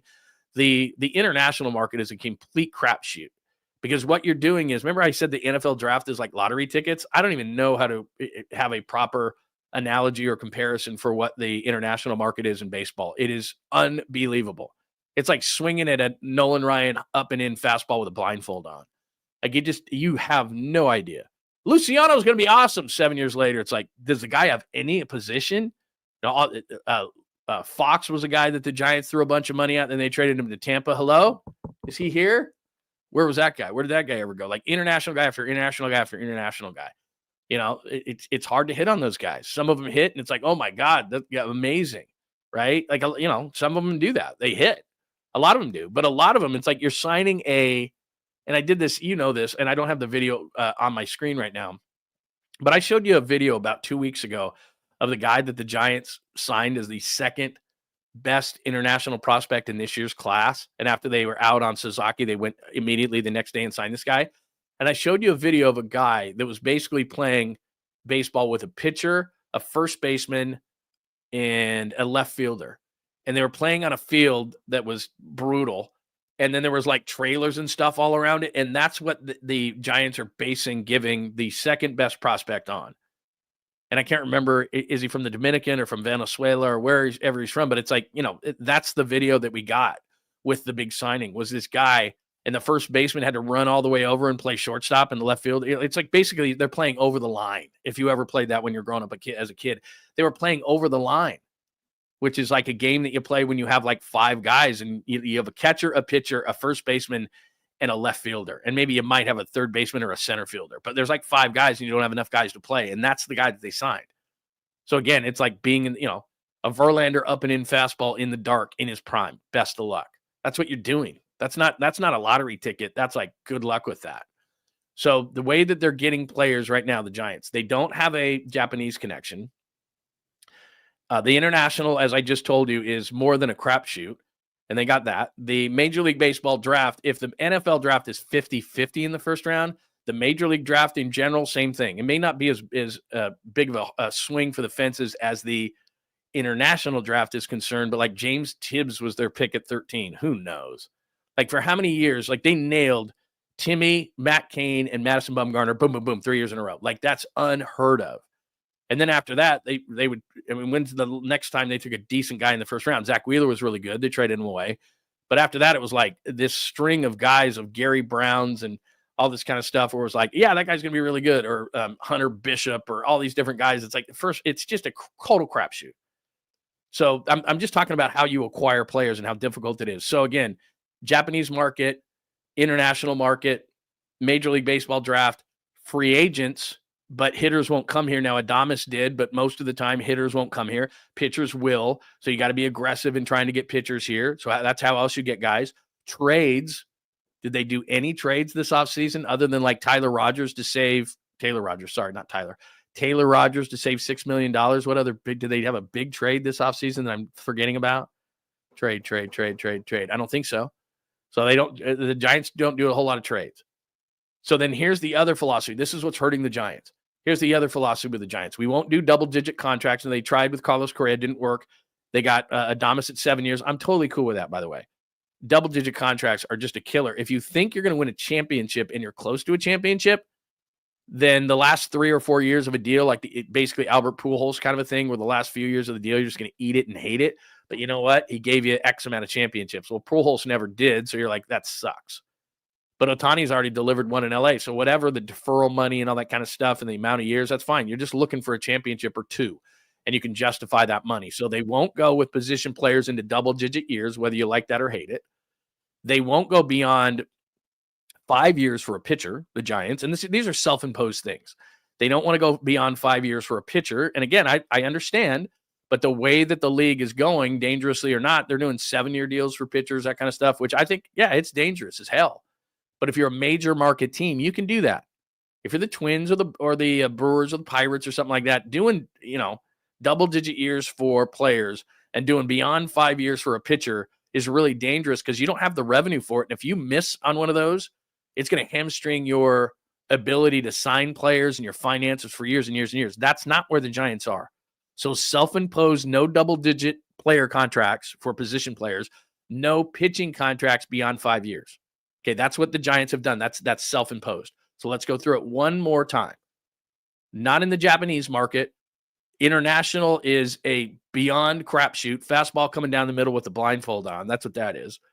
The Major League Baseball draft has not been kind to the Giants as of late, which is one of the reasons why they've struggled. When they won World Series, it was Lincecum, Kane, and Bumgarner, and Brandon Crawford, and Brandon Belt. I mean, that's what they were getting out of the farm system that they drafted. But Lincecum, Kane, and Bumgarner were all first-round picks. Whoa. We're cooking with gas. We're winning World Series.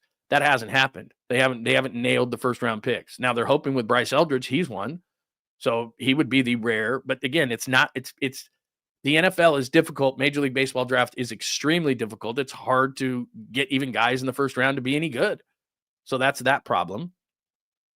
Like I said, half the position players generally won't come here unless you massively overpay, and you won't give a double-digit contract or a 5-year or more contract to pitchers. Self-imposed. So how do you get better? How do you get better? So this is why, in a long way, and now I'm going to bring it back to Bregman. Sorry this is taking so long, but let me bring it back to Bregman. The way the Red Sox got Alex Bregman, the way the Dodgers got Shohei Ohtani, the way the Dodgers got Blake Snell, the way the Dodgers got Tanner Scott, the way I'm trying to think of other teams that have done this. The deferral money is what I'm getting to, the deferral money. And people yell and scream, and it's another loophole that the Dodgers can win, and and the Giants won't do it. The Giants will not put a player on a credit card and pay the balance later. They don't want to do that. And again, that's a philosophy, and that's fine. But if you don't want to go double digits, even though a lot of other teams are, if you don't want to go beyond 5 years on a pitching contract, which a lot of other teams are, if you don't want to defer money to players and you're a major market team and you can afford it and the revenue is going to grow in the future, because I just talked about revenue of the NFL, revenue of baseball, where they're a little bit slower, still everybody's going to get into baseball and revenues are going to grow, and the Giants are fine, thank you very much, in the revenue pie. They're fine. They could defer money. By the time you owe the money to Alex Bregman, I'm sorry to say this is morbid, but a lot of the people that would be signing the checks will be long gone. They'll be dead. So the Dodgers have decided they want to win at such a level that they'll defer the money to the future for other people to pay. It's like Wimpy the Hamburger. I will gladly pay you Tuesday for Alex Bregman today. Why wouldn't you do that? Why would you not defer? Everybody's doing it. Now, again, maybe that's going to get you into a problem, and that's an issue. And, like the housing market years ago, all of a sudden it crashed. I don't think it's going to. I don't think the Giants are going to be hurting that bad. I know you don't want to do the Bobby Bonilla thing or all these different guys. Max Scherzer got a bunch of deferred money and all this. I get it, man. They want to pay now. And I'm the same way, man. I use a debit card. I almost exclusively use a debit card. Every once in a while, I'll put something on a credit card, but I don't want that. I don't want to have credit card payments. I don't want to have, taxes on my money. I don't want to get interest charges. I don't want to get it's fine. I do. I understand what the Giants are going through because I'm conservative with my money. And so I don't like to do that. I don't like to put things on a credit card. But here's the reality. Baseball's putting things on a credit card. Guys are deferring contracts. Baseball is giving 10-year contracts to position players, whether you like it or not. Baseball is giving 5+, 6, 7-year contracts to pitchers, whether you like it or not. So the Giants won't do any of those things. They won't do any of those things. And they're not in the Japanese market. And the international market is a fastball down the middle, up and inside with a blindfold on. And the MLB draft is a complete crapshoot as well. And position players generally won't sign here because of the ballpark. How do you get better? How do the Giants get better? How do you do it? Again, okay, you don't want to sign Bregman and put him on a layaway plan or put him on a credit card and pay off the debt later. Okay, I understand and can respect that to a point, but nothing that successful teams are doing, you're doing. And the only thing you're saying is, and I heard this already, and I'm going to be positive, but the only thing I'm hearing on the Giants is we're going to rely on these young players. We think that the young players are going to come through. Hell of a plan, and I hope it works. But maybe Ramos is better, and maybe Lee comes through, and maybe Lamont Wade is different, and maybe Tyler Fitzgerald's an all-star, and what he showed for a lot of the season, he actually is. And maybe Patrick Bailey has decided that he's going to hit as well and keep Wade on, and maybe Verlander's going to turn back the clock, and maybe Robbie Ray is completely recovered from Tommy John, and maybe Harrison is going to fulfill that potential, and maybe Birdsong's going to be the guy that had the 12 strikeout game last year. I think it was 12. And he's going to be that on a more consistent basis. And maybe Jordan Hicks can go through an entire season and be a really solid starter and not just 5 and fly every time out and put all the pressure on the bullpen that was gassed last year. And again, I want to be positive. I want to be positive. I want to be positive. And I get it. You don't want to go along with the sheep. But we do this all the time in sports. The teams that win, we look at them and we say, what did they do? How did they do it? Right? We are reactionary. Most people are reactionary. Most people are not innovators. Most people they follow how did they win? Let's do that.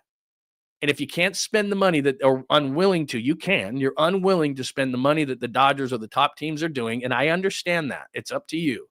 You don't think the turnstiles are turning enough. You don't think you're getting enough revenue. You're not selling panda hats anymore. $20 beers are just not enough revenue for you, whatever the case may be. That's fine. It's your revenue. You understand the books. You know what you want to make. You know what you can live with and wins and losses. I'm not in that room. But I'm not going to go over it again. But all the different ways that you can build a team and get better, if you're unwilling to do all those things, the only way I can surmise that, the only conclusion that I can come to is you don't want to win. That's the only way I can look at it. Like the Warriors, Joe Lacob went out and said, you know what? I know this is going to cost me, but I owe Steph Curry for what the Warriors are today and for this arena that was built in San Francisco. I got to go get Jimmy Butler. I have no choice. And I have to give him an extension because that's the only way he'll come here. Joe Lacob and the Warriors want to win. And I look at the Giants and I say they don't want to win because they're not doing everything they can. They're not doing anything they can. How do you bring players in? What is the pipeline to get better? I just went over all of it for you. No Japanese crapshoot. Again, I feel like I'm doing the 12 days of Christmas. They won't defer. They aren't in the Japanese market. They can't draft well. Why are the Giants in 4th place? Like, that's what I feel like. There's a way to build a team, and they are unwilling to do any of it. Nope, we're not going to spend like a big market team. Nope, we're not going to get the Japanese market. Nope, we're not going to give 5-year contracts to pitchers. Nope, we're not going to give double-digit contracts to position players. We're going to rely on our farm system. That's their one way. So when you look at a thing, like, let me look at a team and the way that a team can beat you.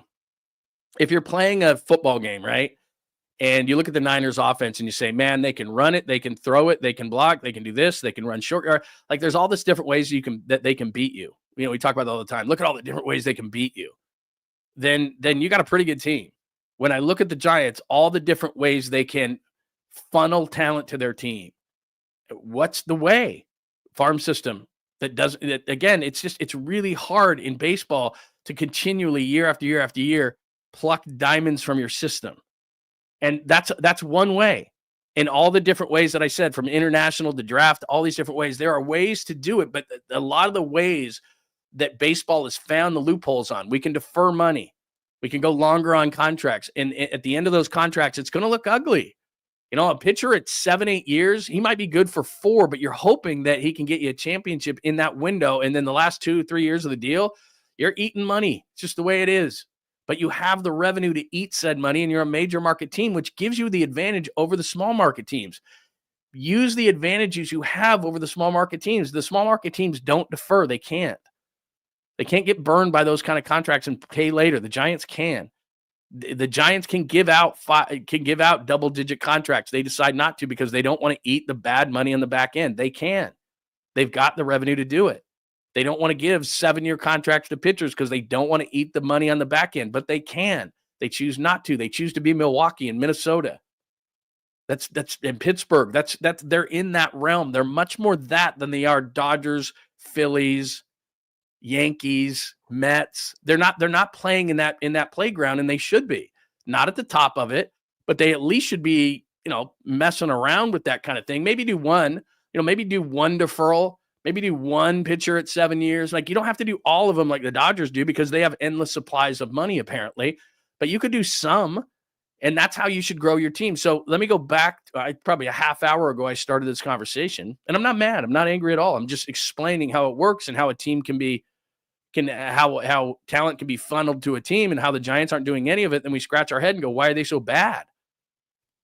And I hope that I'm wrong, and I hope everybody comes through in the farm system. I hope Matos is great. I hope Jung-Hoo Lee is awesome. And I hope Ramos is first half Ramos versus second half Ramos. And I hope Bailey added extra weight so he can get through a season and he can start hitting. And I hope that Justin Verlander at 42 turns back the clock. Like, all these different things, I hope, which is not a great strategy, I hope happens.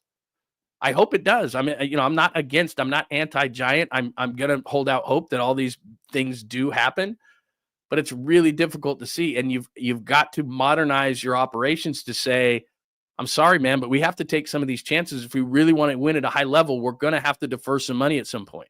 We're going to have to give a contract to a pitcher of 7 years. I'm sorry that you still feel burned from Barry Zito years and years and years ago, but you're going to have to jump back on that horse and give out some money, and know that on the back end of a contract, whether it be position player at double-digit years or a pitcher beyond 5, that it's going to be ugly for the last 2 years of that deal, but you have enough revenue to say it's okay because we have enough confidence in said pitcher or said position player that they're going to help us win a championship. Because that's what you do. You mix it.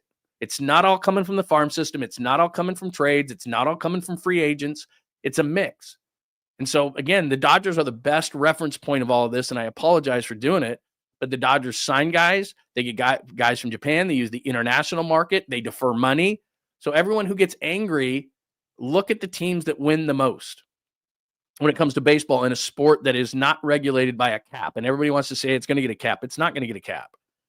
It's the players union will never go for that, no matter what, however way they do it. And they penalize to a certain extent, but they don't penalize like basketball does. And football, you just can't go over it. You just can't. There is penalty this, penalty that. You have to be in compliance in football as far as the cap. There is no ands, ifs, or buts. There is no penalties for going over. It's just, this is the number, and you can't go over it, or you can't take the field. You have to be in cap compliance.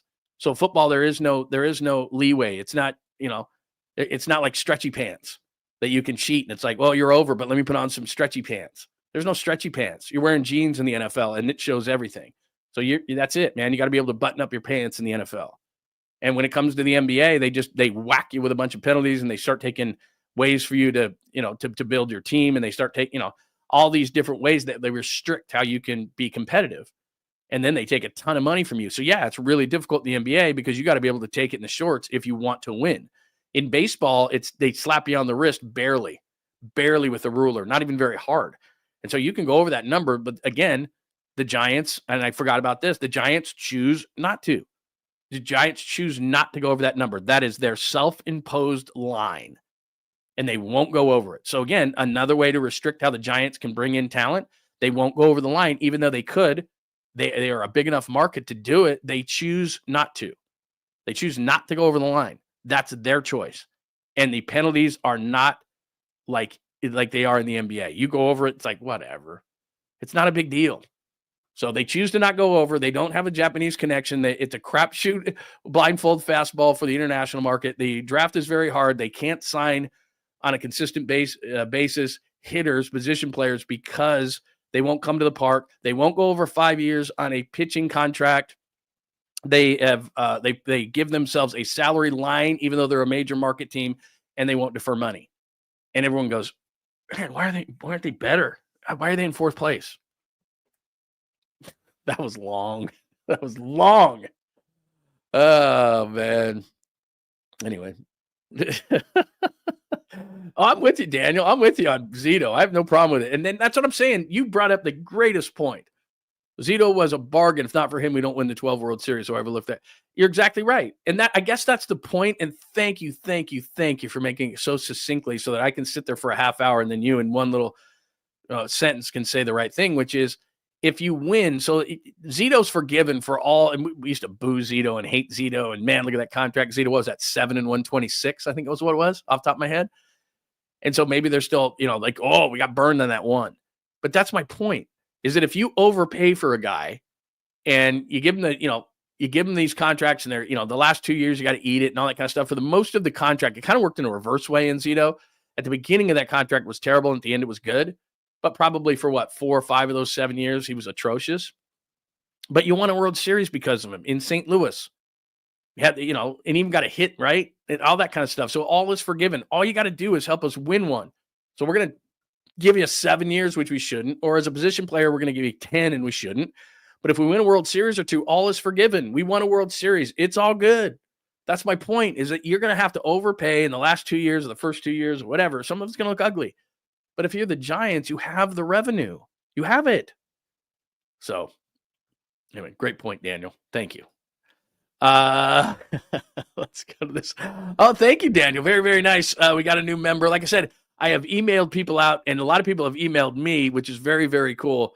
And you know what I need to do? I just need to set up an email only for the show, because I was about ready to give up my email to everybody, but then I thought I'm going to get bombarded with stuff, and I do have business stuff and personal stuff in there. So I'll set up an email just for the show so that we can communicate, because like I said, I want to do that thing where the Lund loyalists are going to have a chat amongst us, which is going to be really, really cool. And we need to be able to communicate. So I'm going to do that right after the show today. I will make sure that happens today. And I apologize. All right, where are we on this thing?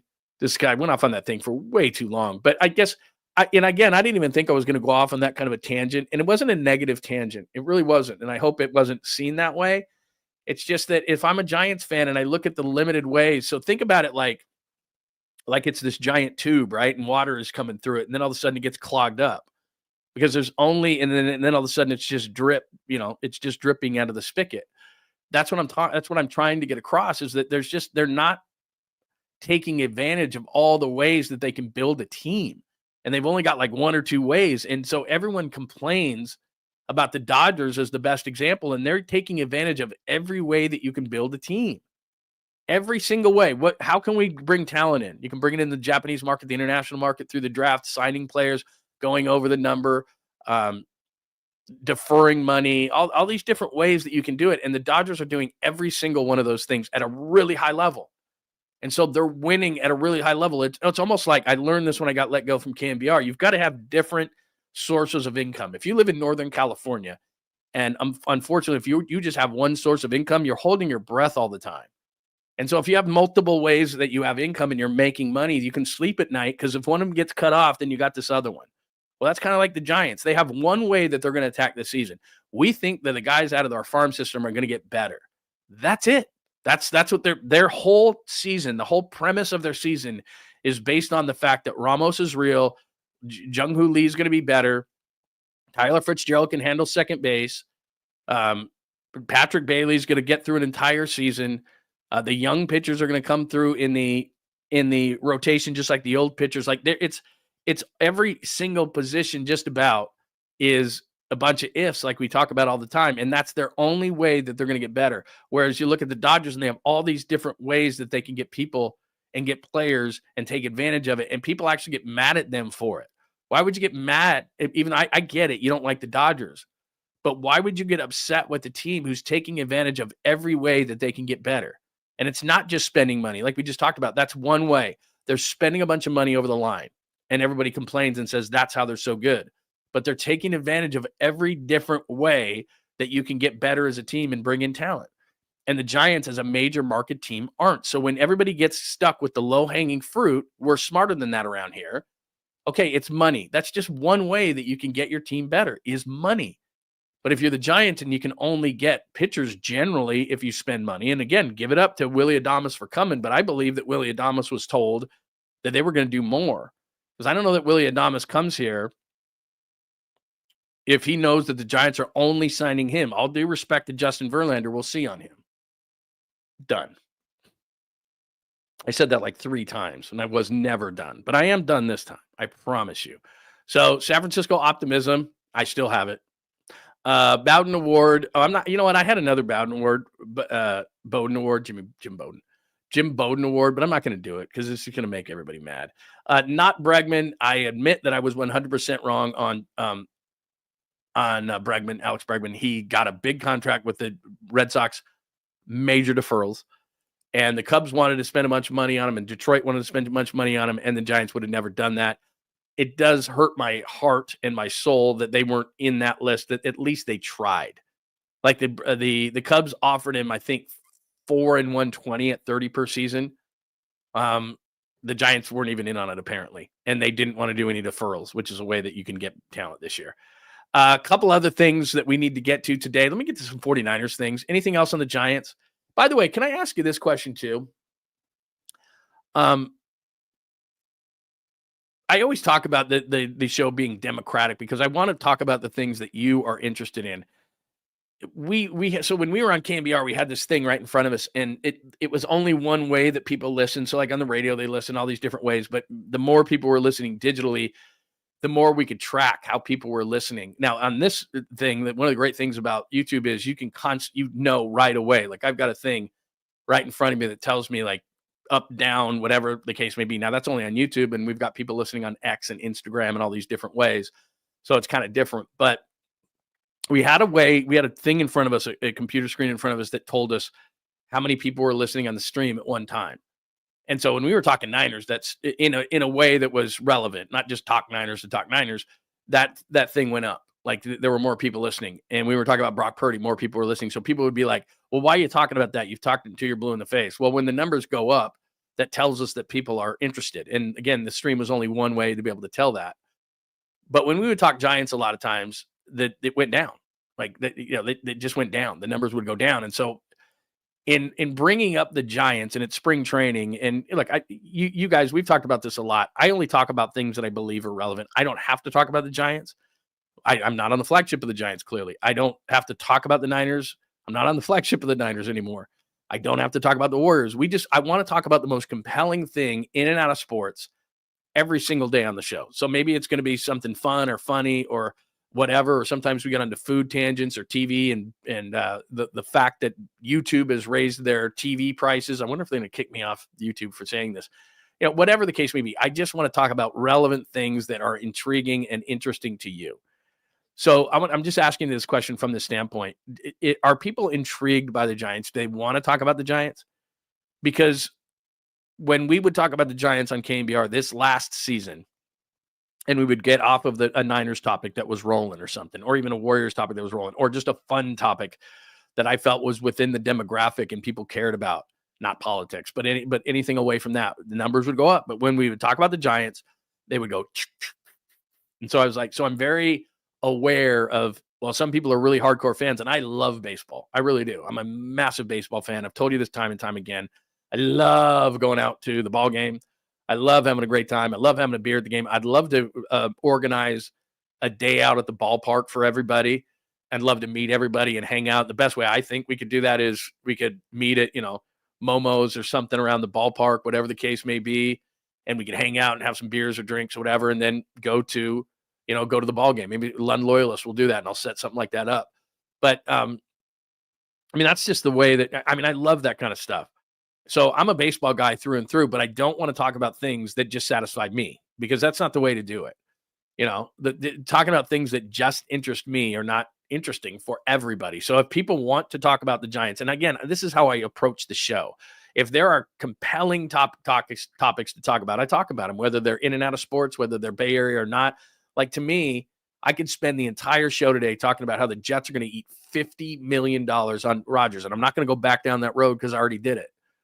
But it just tells you where the sport is and where the sport is in terms of it affects every team. That's not just the Jets and they eat $50 million on Rodgers, because the surface of that conversation is the Jets hate Rodgers that much that they would rather have, I don't know, I don't even know who their quarterback is. They'd rather have, Tyrod Taylor's a free agent, but they'd rather have Tyrod Taylor and some young backup than Aaron Rodgers and eating $50 million. And it tells you down that surface of that tells you that Rodgers is such a bad guy. And I won't use the C word, but he's such a bad guy. There are 2 C words, but I won't use either. But he's such a bad guy that they don't want anything to do with him, and they'll pay $50 million. That's the surface of it. But then the bigger picture of it for me is the Niners have no problem eating a small appetizer of 15 or whatever it's going to cost to lose Deebo Samuel because the revenue of the league is growing so much. That's the bigger picture of that whole thing. So I find that to be compelling, and it's not necessarily a Niners story. It's an NFL story. But I think that's interesting. It has everything to do with every fan. So that's kind of what I'm trying to do. All right. So if you want to talk Giants, we'll continue to. Give me your thoughts. All right. Let me stay on the chalkboard here and go to Devontae. You see the Devontae thing? Now, again, while my videos aren't working today, my media stuff is. So I can flash this stuff up on the screen. And so let me, Bregman, I was wrong on. Giants won't put Bregman on a credit card. There's Devontae right there. There you go. This was at USA Today, landing spots for Devontae Adams, which they obviously just did away with Aaron Rodgers, so they're not keeping his buddy Devontae Adams. It says Adams, who's from Palo Alto, California, could have a homecoming of sorts if the 49ers swoop in and swing a deal for him. Deebo Samuel requested a trade. He did, and has been given permission by the team to seek a trade. San Francisco could then be in the market for a receiver to replace him, and Adams would be an upgrade given Samuel's recent history. So what the Niners are going to be looking for, to explain that for a second, Brandon Ayuk is not going to be ready for the beginning of the season. Ricky Pearsall, they have a lot of hope in as a first-round pick. I'm amazed at how many people are just like, he's no good. He got shot last year and didn't have training camp, but okay. I think he'll be okay. And then Juwan Jennings is, I guess we forgot that Juwan Jennings was as good as he is, but they're going to need somebody short-term to replace Brandon Ayuk at the X. I don't know if Devontae Adams is too much for that, because if you get Devontae Adams, and I'm going to flash his contract up on the screen, so you have to 100% renegotiate Devontae Adams' contract. You can't take contract as is. That's the contract he currently is under, is when he was superstar wide receiver Devontae Adams. He's not that anymore. He might be really, really good, but he's not superstar Devontae anymore like he was in Green Bay. So is Devontae Adams too much in terms of you need a replacement for Brandon Ayuk for a few games, 3, 4, 5 games? A guy that I was thinking of who's a free agent is somebody like Amari Cooper, who the Browns, when that Browns trade was possible for Brandon Ayuk last year, that Amari Cooper was going to be part of that deal plus a second-round pick. Cooper was not good with the Bills, but I still think he's an effective player, effective enough. So I would have thought like somebody like Cooper, who's going to cost you, I don't know, $10 million or something like that, not a ton, would seem to be in a free agent way, would seem to be a really good replacement. You have to start the season. You have Cooper, Pearsall, and Juwan Jennings as your wide receivers. And then Ayuk comes back, and now you're pretty good. Now, Devontae Adams, I'm not saying no to Devontae, and he's a big West Coast guy, obviously Palo Alto, as we know. We know the Jock Peterson thing. And he went to Fresno State and played with Derek Carr. So, he wants to be back on the West Coast. He's making no bones about that. And he played with the Raiders. One of the reasons he wanted to come to the Raiders, one was Carr, one was West Coast. He wants to be back on the West Coast. Okay, sounds great. Love Devontae Adams. Contract? Ugh. Look at those numbers. 2025, just look at the cap hit. That's all I care about. 2025 cap hit, $38 million. No. 2026 at age 34, $38 million cap hit. No. Void. So there's, those last 2 years, but the Niners are not taking on a contract in which they've got to take on $38 million cap hits. That's not financial. If you look at the actual finances of the whole thing, it's not a huge number of the salary, but look at the guaranteed salary in 25 and 26, 0.0. So what that tells you is that the Jets can cut him for nothing. He has no guaranteed money left. So the Jets cut him. There's nothing. Like Aaron Rodgers deal, they got to eat $50 million. The guaranteed money for Devontae Adams is 0. So what that means is he's essentially a free agent. So you're not going to have to eat any of that money. So that's that deal. So if you look that deal up and you went, whoa, look at those cap numbers, he's a free agent because the Jets are going to cut him for no guaranteed salary. So 2 years left. You look at 25, no guaranteed, 26, no guaranteed, 27, 28 are void dummy years to make the contract look bigger than it actually is. So that's what's left on Devontae. So he's a free agent. So how much money does Devontae Adams want? That's what it would come down to for me, because the team that makes the most sense to me for Devontae Adams, if he wants to come to the West Coast, is the Chargers. because their best receiver is Ladd McConkey. And after that, Quentin Johnston is terrible, the first-round pick they got out of TCU. So the team that makes the most sense to me for him, if he wants to go to the West Coast, is the Chargers. The Rams would make some sense because they just lost Cooper Kupp. That makes sense. He's not going back to Vegas. So to me, if you're looking at West Coast teams, Chargers and Rams make sense. The Niners only make sense if they're going to pay him what? Because I think those teams can pay him more. And even though the Niners have money, let's go back over the Niners situation. Extension for Kittle is going to happen to lower his cap number. Brock is going to get a deal done. I think they want to sign Drew Dahlman, the center from Atlanta. They need to get a guard, I think, in free agency, although they could draft one. This draft is flush full of guards. I'd love for them to go out and get Myles Garrett. That's going to cost you a ton of money. They've got to possibly, I love the Sherwood kid, and we're hearing more and more that Dre Greenlaw is not going to be back for the 49ers. Sherwood, the linebacker for the Jets, who's 25 and played for Saleh, I love. Wouldn't be bad to get DJ Reed, another Jet that Saleh knows, and he was here. That's where he was drafted. So, there's a lot that could be done. I see Davante Adams as a luxury because I don't think he's going to sign. Even though he's going to be a free agent, they're going to let him go, as you saw with that lack of guaranteed money. Davante Adams is still, he's got a massive ego. We know it. We saw it in receiver. He's not going to sign here let's just say for the sake of conversation, you could get Davante on a 2-year, $20 million deal and guarantee all of it. I don't think he's going for it. Now, you want to get Amari Cooper for $2 and $20 and guarantee all of it? I think that Amari Cooper would come here for that. But the buzz around Davante Adams, if he wants to get back to the West Coast, the Chargers have a screaming need for a wide receiver. So I would see Davante to the Chargers making a ton of sense. Because you're looking at it, and if you're Davante, it's like, let's see, I can play for Harbaugh. They're going to win. They went to the playoffs last year. Justin Herbert is throwing me the football. Thank you. And I've got Ladd McConkey, who's pretty good. Yeah, I could totally see Davante Adams, a physical receiver Jim Harbaugh would like in with the Chargers. I could totally see that. The baby blues, all that kind of stuff. I could totally see that. I can see him with the Rams. He and Puka Nacua being together. Does Puka wear 17? Yeah, he probably wouldn't wear 17, or maybe Puka gives it up. But Puka Nacua is in LA with this Matthew Stafford stuff. We'll have to get more into that later. We don't have time today. But if Stafford is still there throwing the ball to Davante Adams and Puka Nacua, that scares the hell out of me. So I see better options for Davante Adams, and I don't see the 49ers putting that much money into the position. So for the buzz that's going around Davante to the Niners just because he wants to get to the West Coast, I think there are two better options for him. And the Niners have so many things to do. It's just a fill-in for a short period of time, and also insurance if Ricky Pearsall isn't very good for the Niners. And I see Amari Cooper or someone else being cheaper and then not complaining if, because again, okay, they signed Davante Adams. Let's just say they do. And it's Davante starting the season at the X with Juwan Jennings, with Ricky Pearsall. When Ayuk comes back, then Ayuk's the X. Davante moves to the other outside receiver position, and Juwan Jennings goes into the slot, and Ricky's the fourth. Now, look, I'm not against that. I think it sounds amazing. But are they going to they just cut Deebo Samuel because they don't feel like Deebo Samuel, fits from a standpoint of on the field, but also because they don't want to pay a $15.2 million cap hit of next season. Davante Adams would certainly be a bigger cap hit than that. And the whole reason, they're not just cutting him for money. They're cutting him for performance too. That's a good point. The 49ers question. Let me see. What was my 49er? Maybe I'll save that for tomorrow. There is a good 49ers question. Let's save that because we're already almost 2 hours into the show. And that's going to put us down to a whole nother thing. Let me go to 49ers trenches. And unfortunately, I don't know what happened with all these things let me see. Let me try one more time, see if I can get this. Many times in my scouting career. Okay, let me do this. I'm going to take this one off. I'm going to take this off my board, and I'm going to bring it back on because I don't know why I want you to see this. I just think it's weird to just have the audio. So let me do this.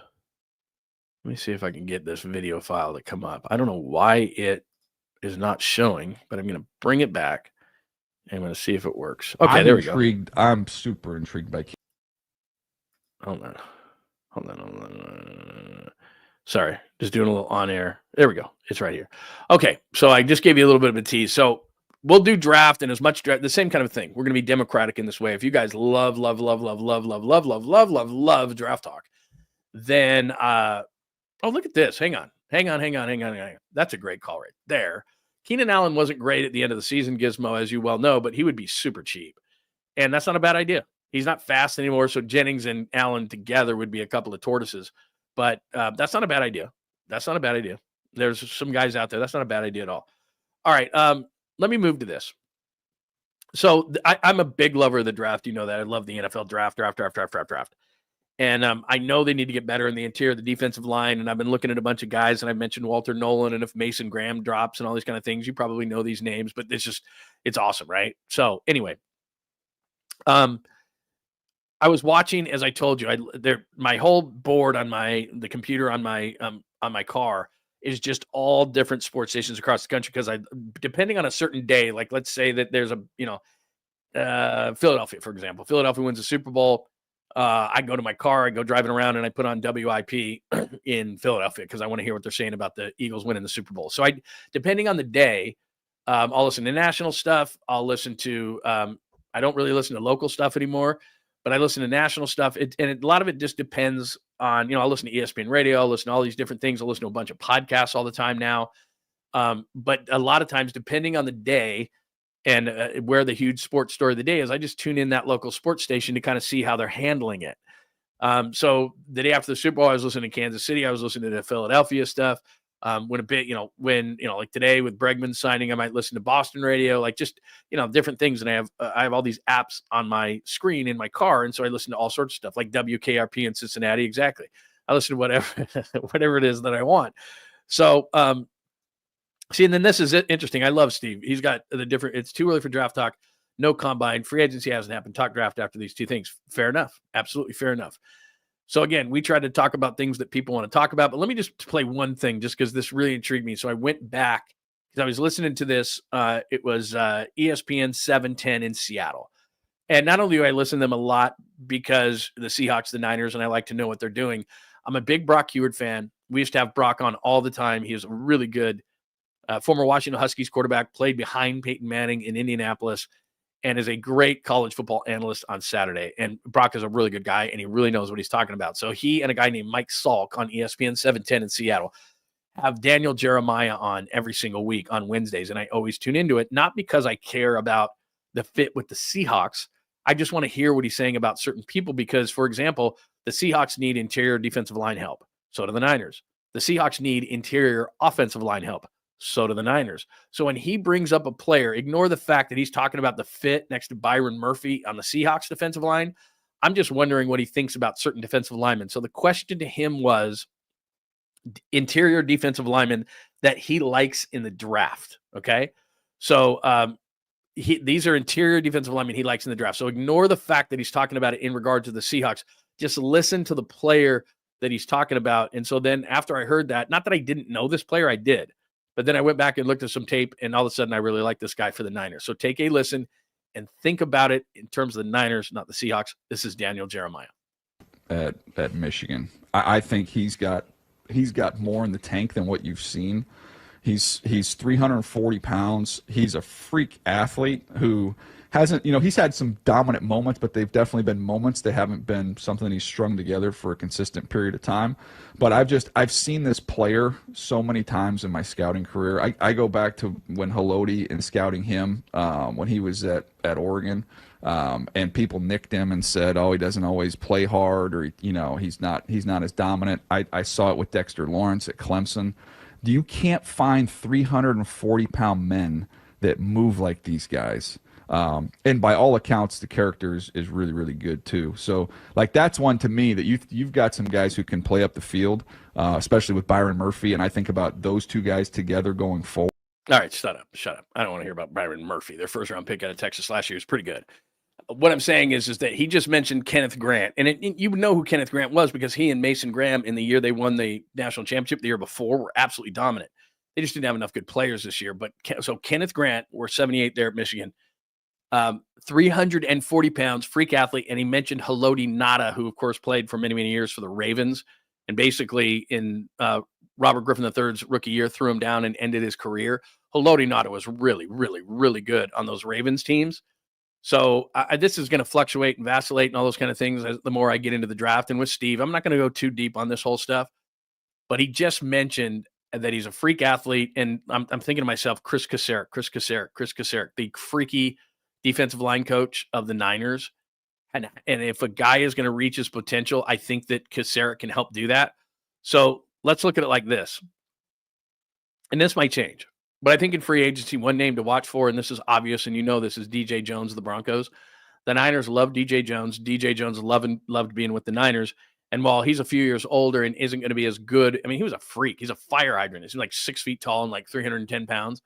He was great stopping the run. Now, is he going to give you a ton of pass rush? No. Does it sound like this Kenneth Grant is going to give you a ton of pass rush? No.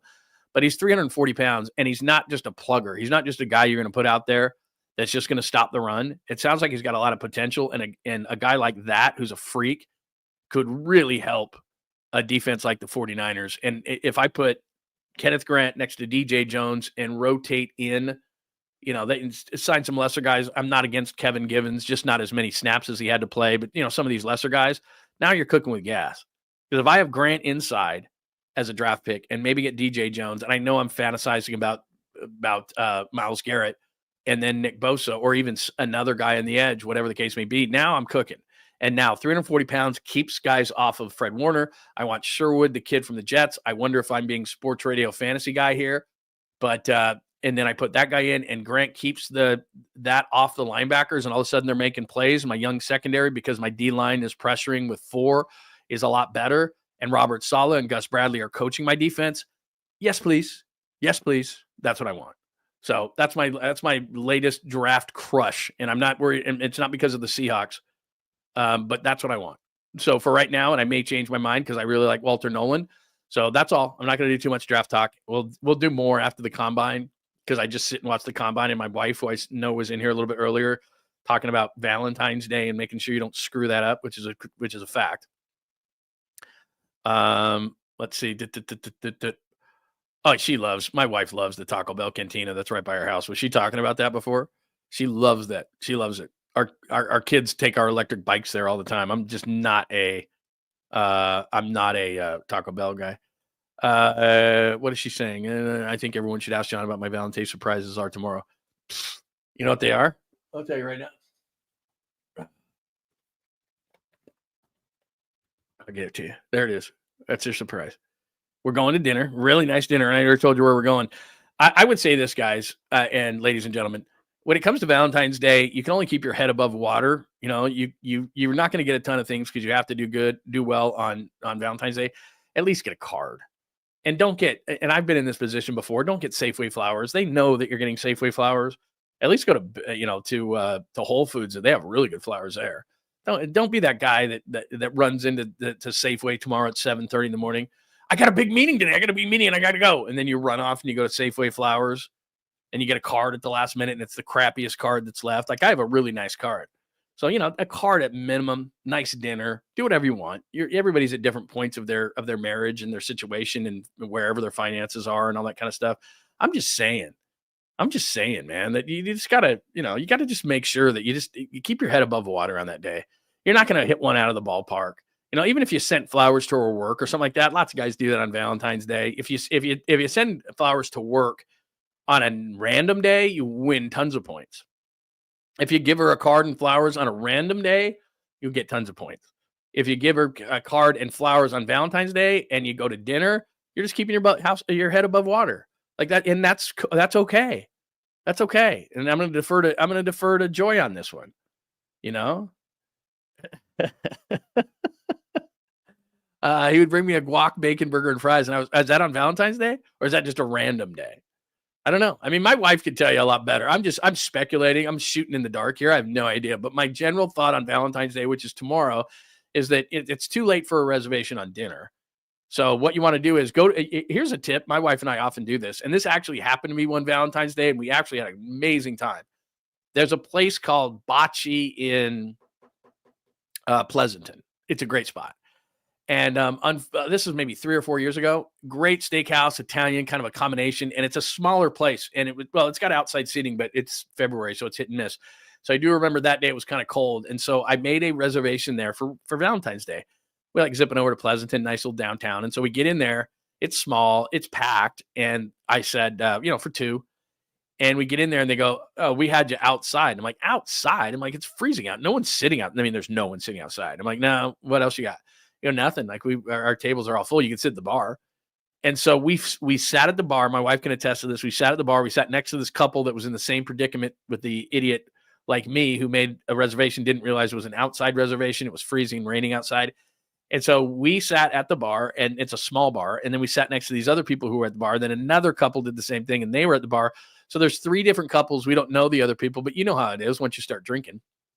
You're all buddies. Hey, how's it going? And my wife, unlike me, my wife fraternizes with everybody within seconds. They're best friends. Like all of a sudden, I have her number, and we're going to go have lunch next week, or we're going to have coffee next week, and it's going to be great. And she's going to be my new best friend. And we were just talking about, and it's like, my wife doesn't talk like that. I'm going to get in trouble for that. But the point is that she makes friends in like 3 seconds. I could go like, okay, I've had a couple of drinks. I'm going to go to the bathroom.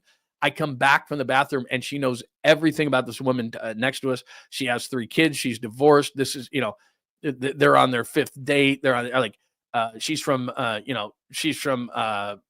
don't know, Manhattan Beach, and she just moved here to the Bay Area. And it's like, and like she'll know everything. I just went to the bathroom for 2 minutes, and she knows everything about this woman, and they're best friends, and they're having coffee tomorrow.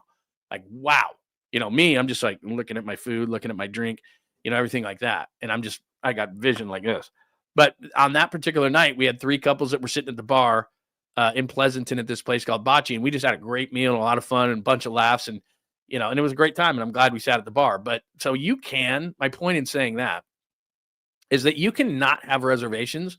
But if you go somewhere and sit at the bar and and act like that was what you were going to do the whole time, like I'll give you a great spot if you're in the East Bay. I always forget this place. It's an awesome steakhouse, our favorite steakhouse, and it's in Danville. I can see the name of it. If my wife is still watching, she's got to remind me. But they got this bartender, and he's one of my favorites, and his name is Chad. And you walk in there, and you can sit at the bar, and they actually have bar tables, like about, 6 bar tables in there as well. And so you could just sit at the bar, the bar tables, and act like you actually had a reservation, because it's not at the bar, but those are only for the bar. And it's an awesome spot. God, why am I forgetting it? Forbes Mill. God, you're the best, Daniel. This is so great. It's called Forbes Mill. If you're in that area, it's in Danville. And if you don't have a reservation for a place and you're like, I'm dead tomorrow night, and you're near Danville, Walnut Creek, San Ramon area, there, and ask for the bartender, tell him, Chad, that I sent you in there. He'll treat you like gold. And if you like old fashions like I do, he makes the best old fashioned out there. He's an awesome guy. And great bartender, silver-haired fox, good-looking guy. And so you go in there and you sit at that bar, and he will treat you like gold. And the food there is out of this world. So I'm not saying you can go there at like 6:30, 7 o'clock. If you go there like 5:30, you might be able to get a spot at the bar. And I think they open at 5 for dinner. So you go in there and you hang out, and you can act like you actually made a reservation. So you could either sit at the bar. Like I said, there's like 6 bar tables in there, but nice. They're like nice tables, and they're big. And like 6-person tables, but you first come, first serve. You don't even need a reservation. So it's incredible spot. And you could go in there probably 5:30, act like you actually made a reservation, but you quickly walk by the girls at the front desk, the hostesses, and like, hey, and wave at them or something, like, what you're doing. And then you walk right in a bar table or 2 at the bar, and they'll set you up. You can eat steaks. I like the tuna that they do that's out of this world. It's called furkake, but I know what you're going to do. You're going to do something dirty to that, and I'm not having it. So anyway, it's an amazing meal. They're not paying me anything to say this. It's just that there's got to be a place near you. So if you're not in the East Bay in that area, my point is put your thinking cap on and think to yourself, okay, what nice restaurant can I go to that has like a walk up bar or a bar area where I could sit at a bar table and act like I got a reservation? Because I told you this last week. First of all, I made a reservation on February 1st, and I was way too late. And we still are going to a great spot. But yeah, there you go, Tacky. Forbes Mill is awesome. It is. It's a great spot. Chad's the bartender. Yeah, Silver Fox. I'm telling you, Joy, guy's name is Chad. Your husband won't be jealous. Chad's just an awesome guy. Good-looking guy, really cool. But there's got to be, like, if you're not in the East Bay, there 100% has to be a place where, see, I knew it. I knew if I said furkake that we were going to get that. It's true. It comes with this really thinly sliced tuna, and it's blackened, and they put it on this rice and cucumbers. It is out of this world, even though you'll probably go in there and you'll order a steak, but it's out of this world good. And while I'm on it, and I'll go back to this, let me put a pin right in that. While we're at it, I told you that we were going to start doing segments with a bartender in which, like, I did that thing for Bloody Marys, but we weren't mic'd up, and it was, it was good. But what's really cool about it is that we're going to put on mics, be professional, and we're going to do like drink of the month. And so, like, for example, for February, okay, things that would impress your significant other. What kind of a drink can you make? March is going to be like St. Patrick's Day. We're going to go through whiskeys next month. Be like, what whiskeys are you pouring right now? What do you like? Give us your old fashioned, whatever kind of thing. Whiskey, yeah, look at it for St. Patrick's Day. And then as spring comes and summer comes and everything. And so we're going to do some recorded things because I thought that Bloody Mary thing, which is about 5 minutes long, of me yelling in my kitchen, but it was good. It got received very well. And so we're going to do that with Chad at Forbes Mill. But anyway, he's really, really cool, really good guy. And, but my point is that if you didn't make a reservation for tomorrow, think about a place that's near you, that's pretty nice, or is acceptable, at least, that you could sit at the bar or sit in a bar area and just, you can still pass through. Because I said this 2 weeks ago when I first made my reservation. If you're getting a reservation at 9:00 at night or 4:30 for the blue hair special thing, she's going to know, or they're going to know that you waited too long. It's like, what time are we eating tonight, honey? 9:30. We normally eat at 6. No, we're eating at 9:30. I thought we would turn over a new leaf. How about 9:30 means you got a reservation today? Which is, hey, if that's what you want to do, that's fine. Just saying, it probably at the time you would normally eat, to sit at a bar or a bar table at a nice place is probably a better option. Because that's what I did when I screwed up all the way back to, I screwed up and we went to Pleasanton to Bocce, and I made an outdoor reservation, didn't realize I made an outdoor reservation. And we sat at the bar, and then 2 other couples came in, and it was awesome. It was really, really cool. Yeah, look, I have no problem eating late. To be honest with you, I have no problem eating late. My wife doesn't like it. So that's all there is to it. By the way, I'm glad you brought this up, Steve. St. Patty's whiskey, not corned beef with sauerkraut and wine. Yesterday, I was in Walnut Creek. I was running a bunch of errands, and it was a sports bar. What did they used to call that place? It used to stank at the end of it. But there was a sports bar in Walnut Creek, and they made it into an Irish pub, and it is great. It was a great spot. And I had a beer at the bar, and I had this is the greatness of being in this, doing it this way. It was the middle of the day. It was like 1:00, and I had a dark beer, which was outstanding. And I looked at the menu that they had, and it's called Gibson's. It's called Gibson's if you're in Walnut Creek, and it used to be the old Krogan's. There we go. God, it came to me. It used to be Krogan's, which was a sports bar, and at the end of Krogan's was a little rough. And then they made it into a place. They totally redid it, and it's called Gibson's, and it's a Irish pub. And I go in there, and I had a nice beer, sat at the bar, and I had it was a deep fried. This is unbelievable. Corned beef and cabbage. So they wrapped the corned beef in cabbage, and then they deep fried the thing. And they looked like egg rolls. They were like 2 giant egg rolls. It was so friggin' good. I was looking around. I was aroused, and I was like, do people realize I'm aroused by this food right now? I hope not. And it was really good. So anyway, why did I bring up an Irish pub? I don't know.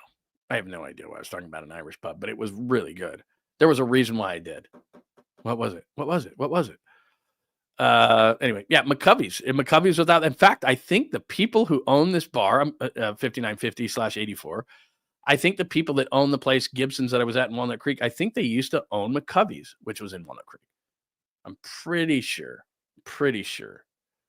Egg rolls taken away, manhood. That's tremendous. I love corned beef. Yeah, that's why I brought it up, because Steve said something like that, and it reminded me of it. So yeah, I don't know if you're going to do these things move so fast that I screw that up. I hate corned beef. It's disgusting. All right, to each their own, man. I totally get it. I totally get it if you don't like corned beef. But I got a sandwich. Like, what if you have like a rye and corned beef sandwich with like mustard and the whole thing? I don't like sauerkraut, but like, that's good. All right, so here's where we are. Sorry, I've been keeping up on the chalkboard as well as I normally do. I apologize. Dallas 111, Golden State 107. Can't lose that game, but they did. One of my pet peeves, tired. Steve Kerr said, we're tired. Jordan Poole goes off. The odds were Kevin Durant today when we went off on him about Rodgers. That's just what they do. SF optimism. I'm going to change my opinion, my viewpoint more so on the Giants. I'm going to give them the benefit of the doubt, and when they prove me wrong, then I can complain, but I'm going to try to be optimistic. Jim Bowden gave the best award for best offseason hire of a front office to Buster Posey. I'm not blaming him for anything in this offseason. I think they kind of railroaded him a little bit.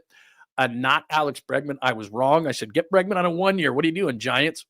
Which led to this big diatribe on all the different ways that the Giants aren't taking advantage of how to build a team. Bregman went to the Red Sox for a bunch of money, so I was wrong. I was thinking of 1 year. Devontae Adams would be great, and there are all sorts of rumors around Devontae Adams, but he's going to be a free agent. They're going to let him go. He's got no more guaranteed contract on his deal. Would Devontae Adams, who wants to go to the West Coast, choose the Niners in a temporary role until Brandon Ayuk gets back as the number 1? Or would he go to the Chargers where they have a clear need for a number 1 with Harbaugh, or to the Rams where he could be a number 1 or 1A or 1B to Puka Nacua after Cooper Kupp leaves? I think that would be better for him. Plus, he's going to cost you at least the $15 million cap hit that they're going to get rid of on Debo. Speaking of cap hits, the Jets are going to let Aaron Rodgers go, even though they have no plan at quarterback, and they're going to eat $50 million, kind of like the Broncos did last year with Russell Wilson, which tells you around the league, eating large portions of money, salt, pepper, cut it up, put some gravy on it, is fine with teams now because the cap keeps going up and up and up. And why does it? Because of all those things we complain about. Amazon, Netflix, Apple, all these entities getting involved in the NFL. So the cap is going bananas. So they don't care because they are not literally eating $50 million. I know that, but they're only doing it from a bookkeeping standpoint. So Debo's $15 million is nothing, and it's going to keep going like that. So this whole conversation, when we always talk about what a team is going to lose, does not matter anymore because teams are willing to do it. It's the second consecutive season that a team has eaten $50 million, and the Broncos made the playoffs after doing it. We're going to save the 49ers question for tomorrow. 49ers trenches. Kenneth Grant is the name to know. Daniel Jeremiah on 710 in Seattle just gave a loving and great review of him. Yes, please. I would like him in the middle of the 49ers defense. He's my latest draft crush. I'll have more. Random stuff. We did some random, but not a ton today, but not a bad amount, but we did all right. We randomed a few things. I did random on how the Giants should build their team. So I guess that was one random, but not the normal randoms that I go off on. Which leads us to best anthem, which I'll do in 1 second. In fact, I'm going to have to reload best anthem too, because let me see here. Where's the best anthem? Because I told you there's best anthem, but that's not going to work, is it? Let's see. Yeah. Okay. So I'm going to give me 1 second. I'm going to have to delete that, and I'm going to reload it because for some reason these videos just went audio only on me. So I'm just going to reload this like I did the Daniel Jeremiah one. There it is right there. And hang on 1 second. Whoa. Don't go yet. Okay. So I'm going to load that up in 1 second. We're going to play best anthem ever. And there's a reason why we're playing it. And I'll do that in 1 second. But what else are people talking about? Let's see. Oh, that's a good question. If it's so easy, why is Watson still on the Browns? I'll have to look up his contract. It's fully guaranteed. So the amount of money that the Browns would have to eat on him could be exorbitant, even though $50 million is crazy. But I bet I'm going to look this up real quick because you asked it, and that's a great question. But I think Deshaun Watson's what they would have to eat, because all $231 million was guaranteed, is that I'm going to, before I even click on over the cap and to see what that number is, I bet it's way more than the $50 million that the Jets are eating. So 2025, told you, dead cap number on Deshaun Watson if they were to cut him in pre-June 1, 2025, $172 million. And if they did even a post-June 1, it would be $100 million. So it would be 3.5 times what $172 million is what they'd have to eat, which they're not doing. And if they did it even post-June 1, it would be $99 million. Next year, $99 million. Now, they could cut him next year as a post-June 1 designation. Next year, post-June 1 is $26 million.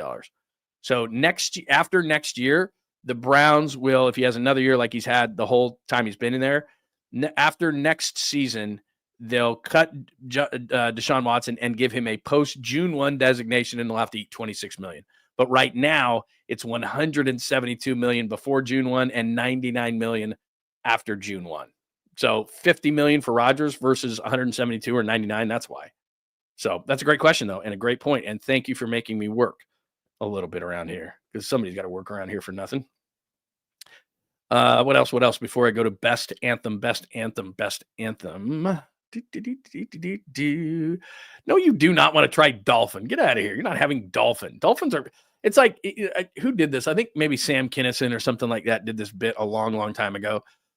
No, it was Dennis Leary who did this bit a long time ago of like animals we eat and animals we don't eat. So he was talking about like, oh, a dog is so cute and a cat is so cute and everything, but a cow, you're a baseball mitt. Get on the truck or something like that. So like, you can't eat a dolphin. They're way too smart and cute and fun and all that. I mean, dolphin. I don't know. I mean, I don't know what it tastes like, but I'm not having a dolphin just based on the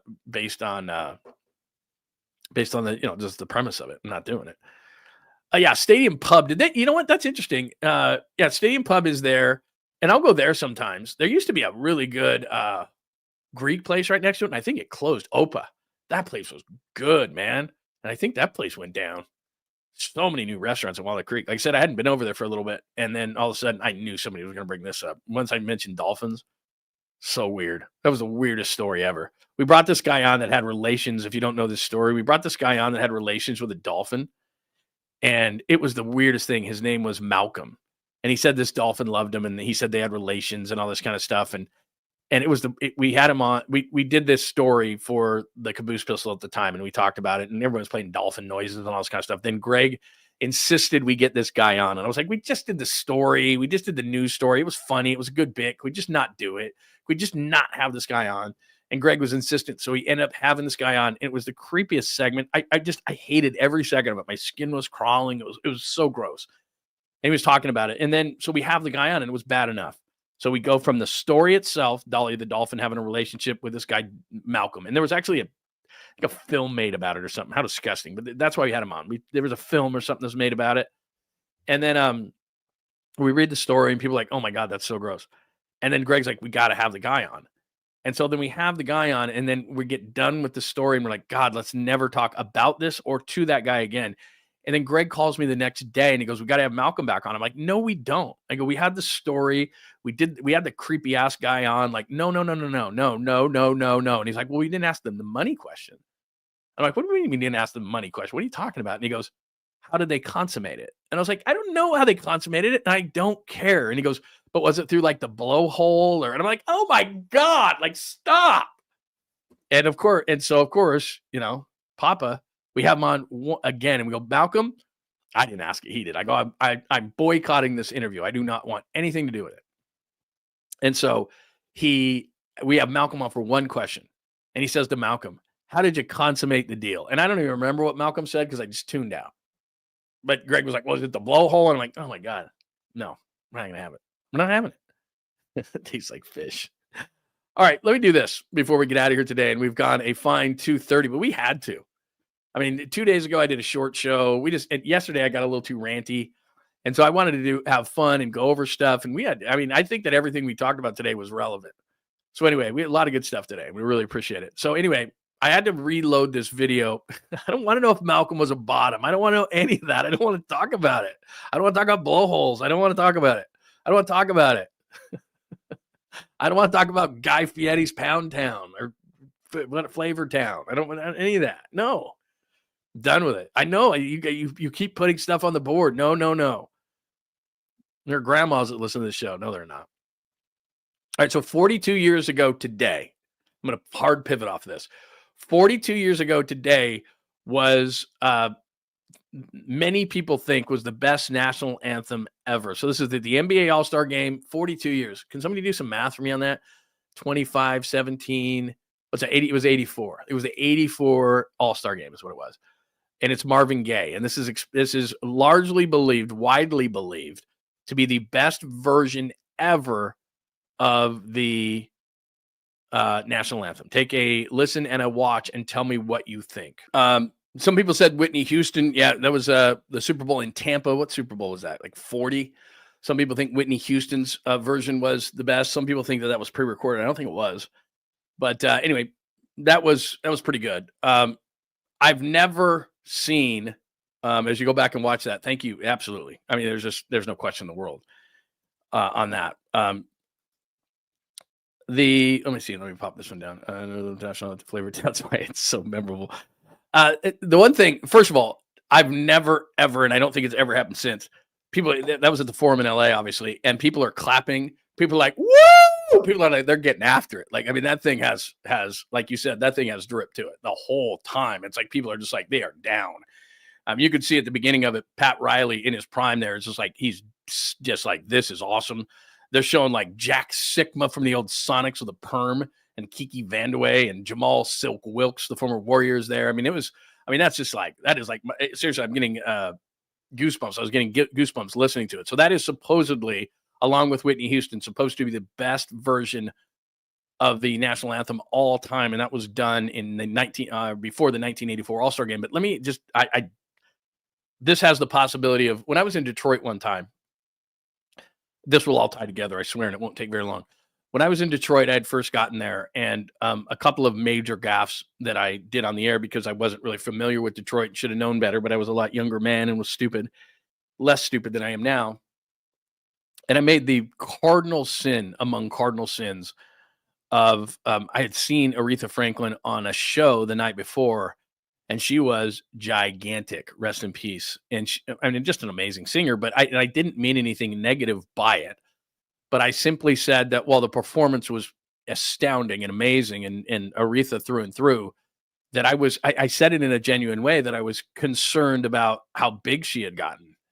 And you don't say anything like that in Detroit about Aretha Franklin. Like, even if it was in a concerning tone, which it was, I didn't go out and go, oh my God, Aretha Franklin is as big as a house, for the love of God. Like, Aretha's awesome. All due respect to Aretha, and she sounded amazing last night, but I mean, she's really gotten big, and I'm kind of concerned. And everyone took that as just like, I mean, I got bombarded, death threats. I mean, you know, that's why, like, when people say stuff about me now and people take shots at me, I'm like, nothing is going to be death threats Aretha Franklin in Detroit. Nothing's going to be that. I mean, I was nervous for my family. Like, I was like, we might have to move. You know, I hope we're not listed in the yellow pages back in those days. I mean, it's just like, I hope that I'm not in that much trouble for that. And I seriously, I had my program director go, dude, like, I don't know how tone deaf you got to be, but it doesn't matter if you're concerned for Aretha Franklin's health. You can't say that she is, you know, that she should lose some weight, basically, is what you did. And I'm like, no. I didn't say that. I just said she's awesome, but. And they go, no, there's no but. Like, you just cut it off. It's Aretha friggin' Franklin, and you're in Detroit, you moron. And I was like, oh yeah, okay, I get it. So I'm not going along those tracks. But let me just play a little bit of this real quick. And comment too at the same time, into it, and people are going crazy, and people are like, woo, and people start clapping, right? I can't, because I'm, you know, sitting here like some unrhythmic white guy, but I mean, they're sitting there just like they're nailing the clapping together with it, because there's a drum machine keeping everyone on beat, right, and keeping him on beat. And part of the difficulty of the song is it's a cappella, but he's got a drum machine there, and it's kind of helping him get on rhythm. Now, again, this is no disparagement of Marvin Gaye, may he rest in peace. And the debate is Whitney Houston or Marvin Gaye. And I'm not here to say one or the other, although I would probably lean towards Marvin Gaye, just because people were just getting into it. Like, I've never seen the national anthem be cool as that was. I mean, that was cool, but he was using a drum machine, which is kind of cheating. Is it or not? Or am I'm not doing Aretha Franklin here. I'm just, all due respect, and Marvin Gaye is great, and rest in peace. And, you know, I mean, all this, I mean, amazing, right? I mean, if you're going to have a night in, like, Marvin Gaye would be it. You just play Marvin Gaye, right? Just saying, that was a little bit of cheating. A little. Tiny. Okay. All right. There you go. Franco just told me. I take your word for it. If you're an expert around here, as a musician, it's not really cheating. It just changes the rhythm. Okay. I played drums for years and years and years and years and years in college bands and everything like that. And so, yeah, you know, I get it. I'm just saying. Okay. Fair enough. Everyone's saying no. All right, you're saying just changes the rhythm. There's a bunch of other people saying no cheating. Okay, that's cool. Set the mood. There's one right there. Set the mood. Okay, totally cool, man. No problem. I was like, why? But okay, no. No, those are the two worst by far. And, you know, and I wasn't angry. Like, people, you know, I like to be entertained. And so, like, when you know, everybody took it as a sign of disrespect when I'm just not a Roseanne Barr fan, and I didn't think it was funny. Like, if you say, you know, this, it wasn't funny. Hello. Hi, John. Good to see you, man. I like that. I like that thing you got going there. Let's see. There you go. That's what I was thinking of. Auto-tune is cheating. I will let the drum machine slide. You're right. Got so much auto-tune nowadays. All these guys are doing the auto-tune. And even when they go into studios, it used to be just because I'm on, being on YouTube, I'll get myself, I'll be working on something on YouTube on the channel and something, and then something will pop up. I'm a huge music fan, and so I'll pop something up, and ooh, because I'm ADD, and I'm like, ooh, cool. Somebody's singing. And so like a live show in studio or something, and I'll pop on it. And nowadays, nothing's real because all these shows like Sirius or any of these other kind of things, they'll bring entertainers and singers and stuff and bands into their studios. And it's not like it used to be where it's like, they go on Howard Stern, right? And they'd have a couple of guitars and they would sing. And now it's like they bring them into these professional studios and everything's like being in a recording studio and everything is auto-tuned and reverbed and all this kind of stuff. And so these people sound amazing. And then you go out and it's like, come on, man, that's cheating. And my musician friends, you got my back on that. That is totally cheating now. Like, what are you doing? Like, that's not even real. That's not like, oh, I'm going to sing this, It's like, nah, you're in a recording studio basically now. It's unbelievable. So anyway. All right. What else? Is that it? I mean, look, I'm not saying the anthem's not great, and I don't want it to come across like that. I was just asking my friends if that was cheating, and it's not cheating. People are saying not cheating, not cheating. That's always, I'm not going to get into a cheating conversation here. Anyway. All right. I think that'll do it for today. Great stuff today in episode 61. I had a ton of fun. I hope you had a ton of fun as well. We will get a bunch of stuff out. I owe emails to those who are saying that they're not getting the email. If you email me here directly on YouTube too, I'll get it because I want to make sure, like I said, I keep saying this every single day, but I want to get that chat together until we get too many Lund loyalists. And if we get above 10 Lund loyalists, then what I'll do, because you can put 10 in this room at once, then what I'll do is we'll do multiple ones. But I want to do one where we get to know each other and everything. And then, once baseball season hits, we'll get out to some baseball games. By the way, let me ask one thing before we get out of here. I don't know where everybody lives, but I'm getting into conversations now as the show is progressing. We're getting some sponsors in and things like that, which is really cool, which my wife enjoys. But we're going to start doing some things. I've gotten a few emails in the last few days. The Hard Rock wants me to do the show from Pier 39 during the NCAA tournament. There's some local places here out in the East Bay who have reached out to us and want me to do the show. Now, look, I'm not going to do it from 8 to 10 in the morning. These places open for lunch at 10 or 11 o'clock. So we'll do it maybe noon to 2 or in those kind of things. We'll move it. But would people, you want to come out and cool and hang out and we'll have lunch and all that kind of stuff. So there's a few places out in the East Bay who have reached out and want me to do stuff, maybe, dinner time stuff or happy hour stuff or anything like that. So if you guys would want to come out, I just want to make sure that I'm not sitting here by myself going, then they're staring at me going, nobody's going to come out. I'm like, I don't know. I'm just sitting here. Like when we were on the radio, I didn't care. It wasn't my, it was on the radio to promote it and the radio to get people out and the radio. I just do my show. So tell me where to show up and I will. But this is kind of my venture a little bit. And so if I'm sitting there by myself going, they're going to be like, bro, we're not down. We're not down. Anyway, there you go. Yeah, I would agree. I mean, my God. Have you ever seen a national anthem like that? Where it was like, it's just something, people are clapping. People are getting into it. They're cat calling and everything like that. And it's like, wow. I mean, that is just like, whoa. Yeah, you know what? It's right down the street from me. There will be things there. I'll just tell you that. There'll be some things there. That's happening. All right. Good stuff today. Really cool. Really cool. Really cool.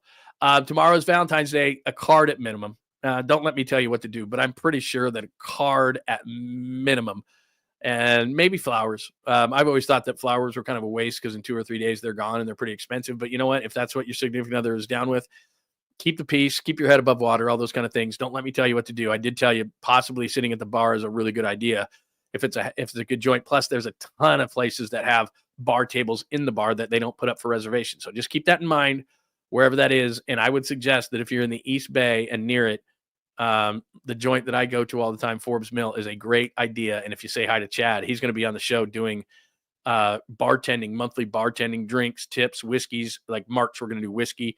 This month, we're a bit into the month, but I think we're still going to do some stuff for February drinks. So say hi to him. He's a really, really cool dude and knows his stuff, especially if you're looking for drinking whiskeys or old fashions or anything like that.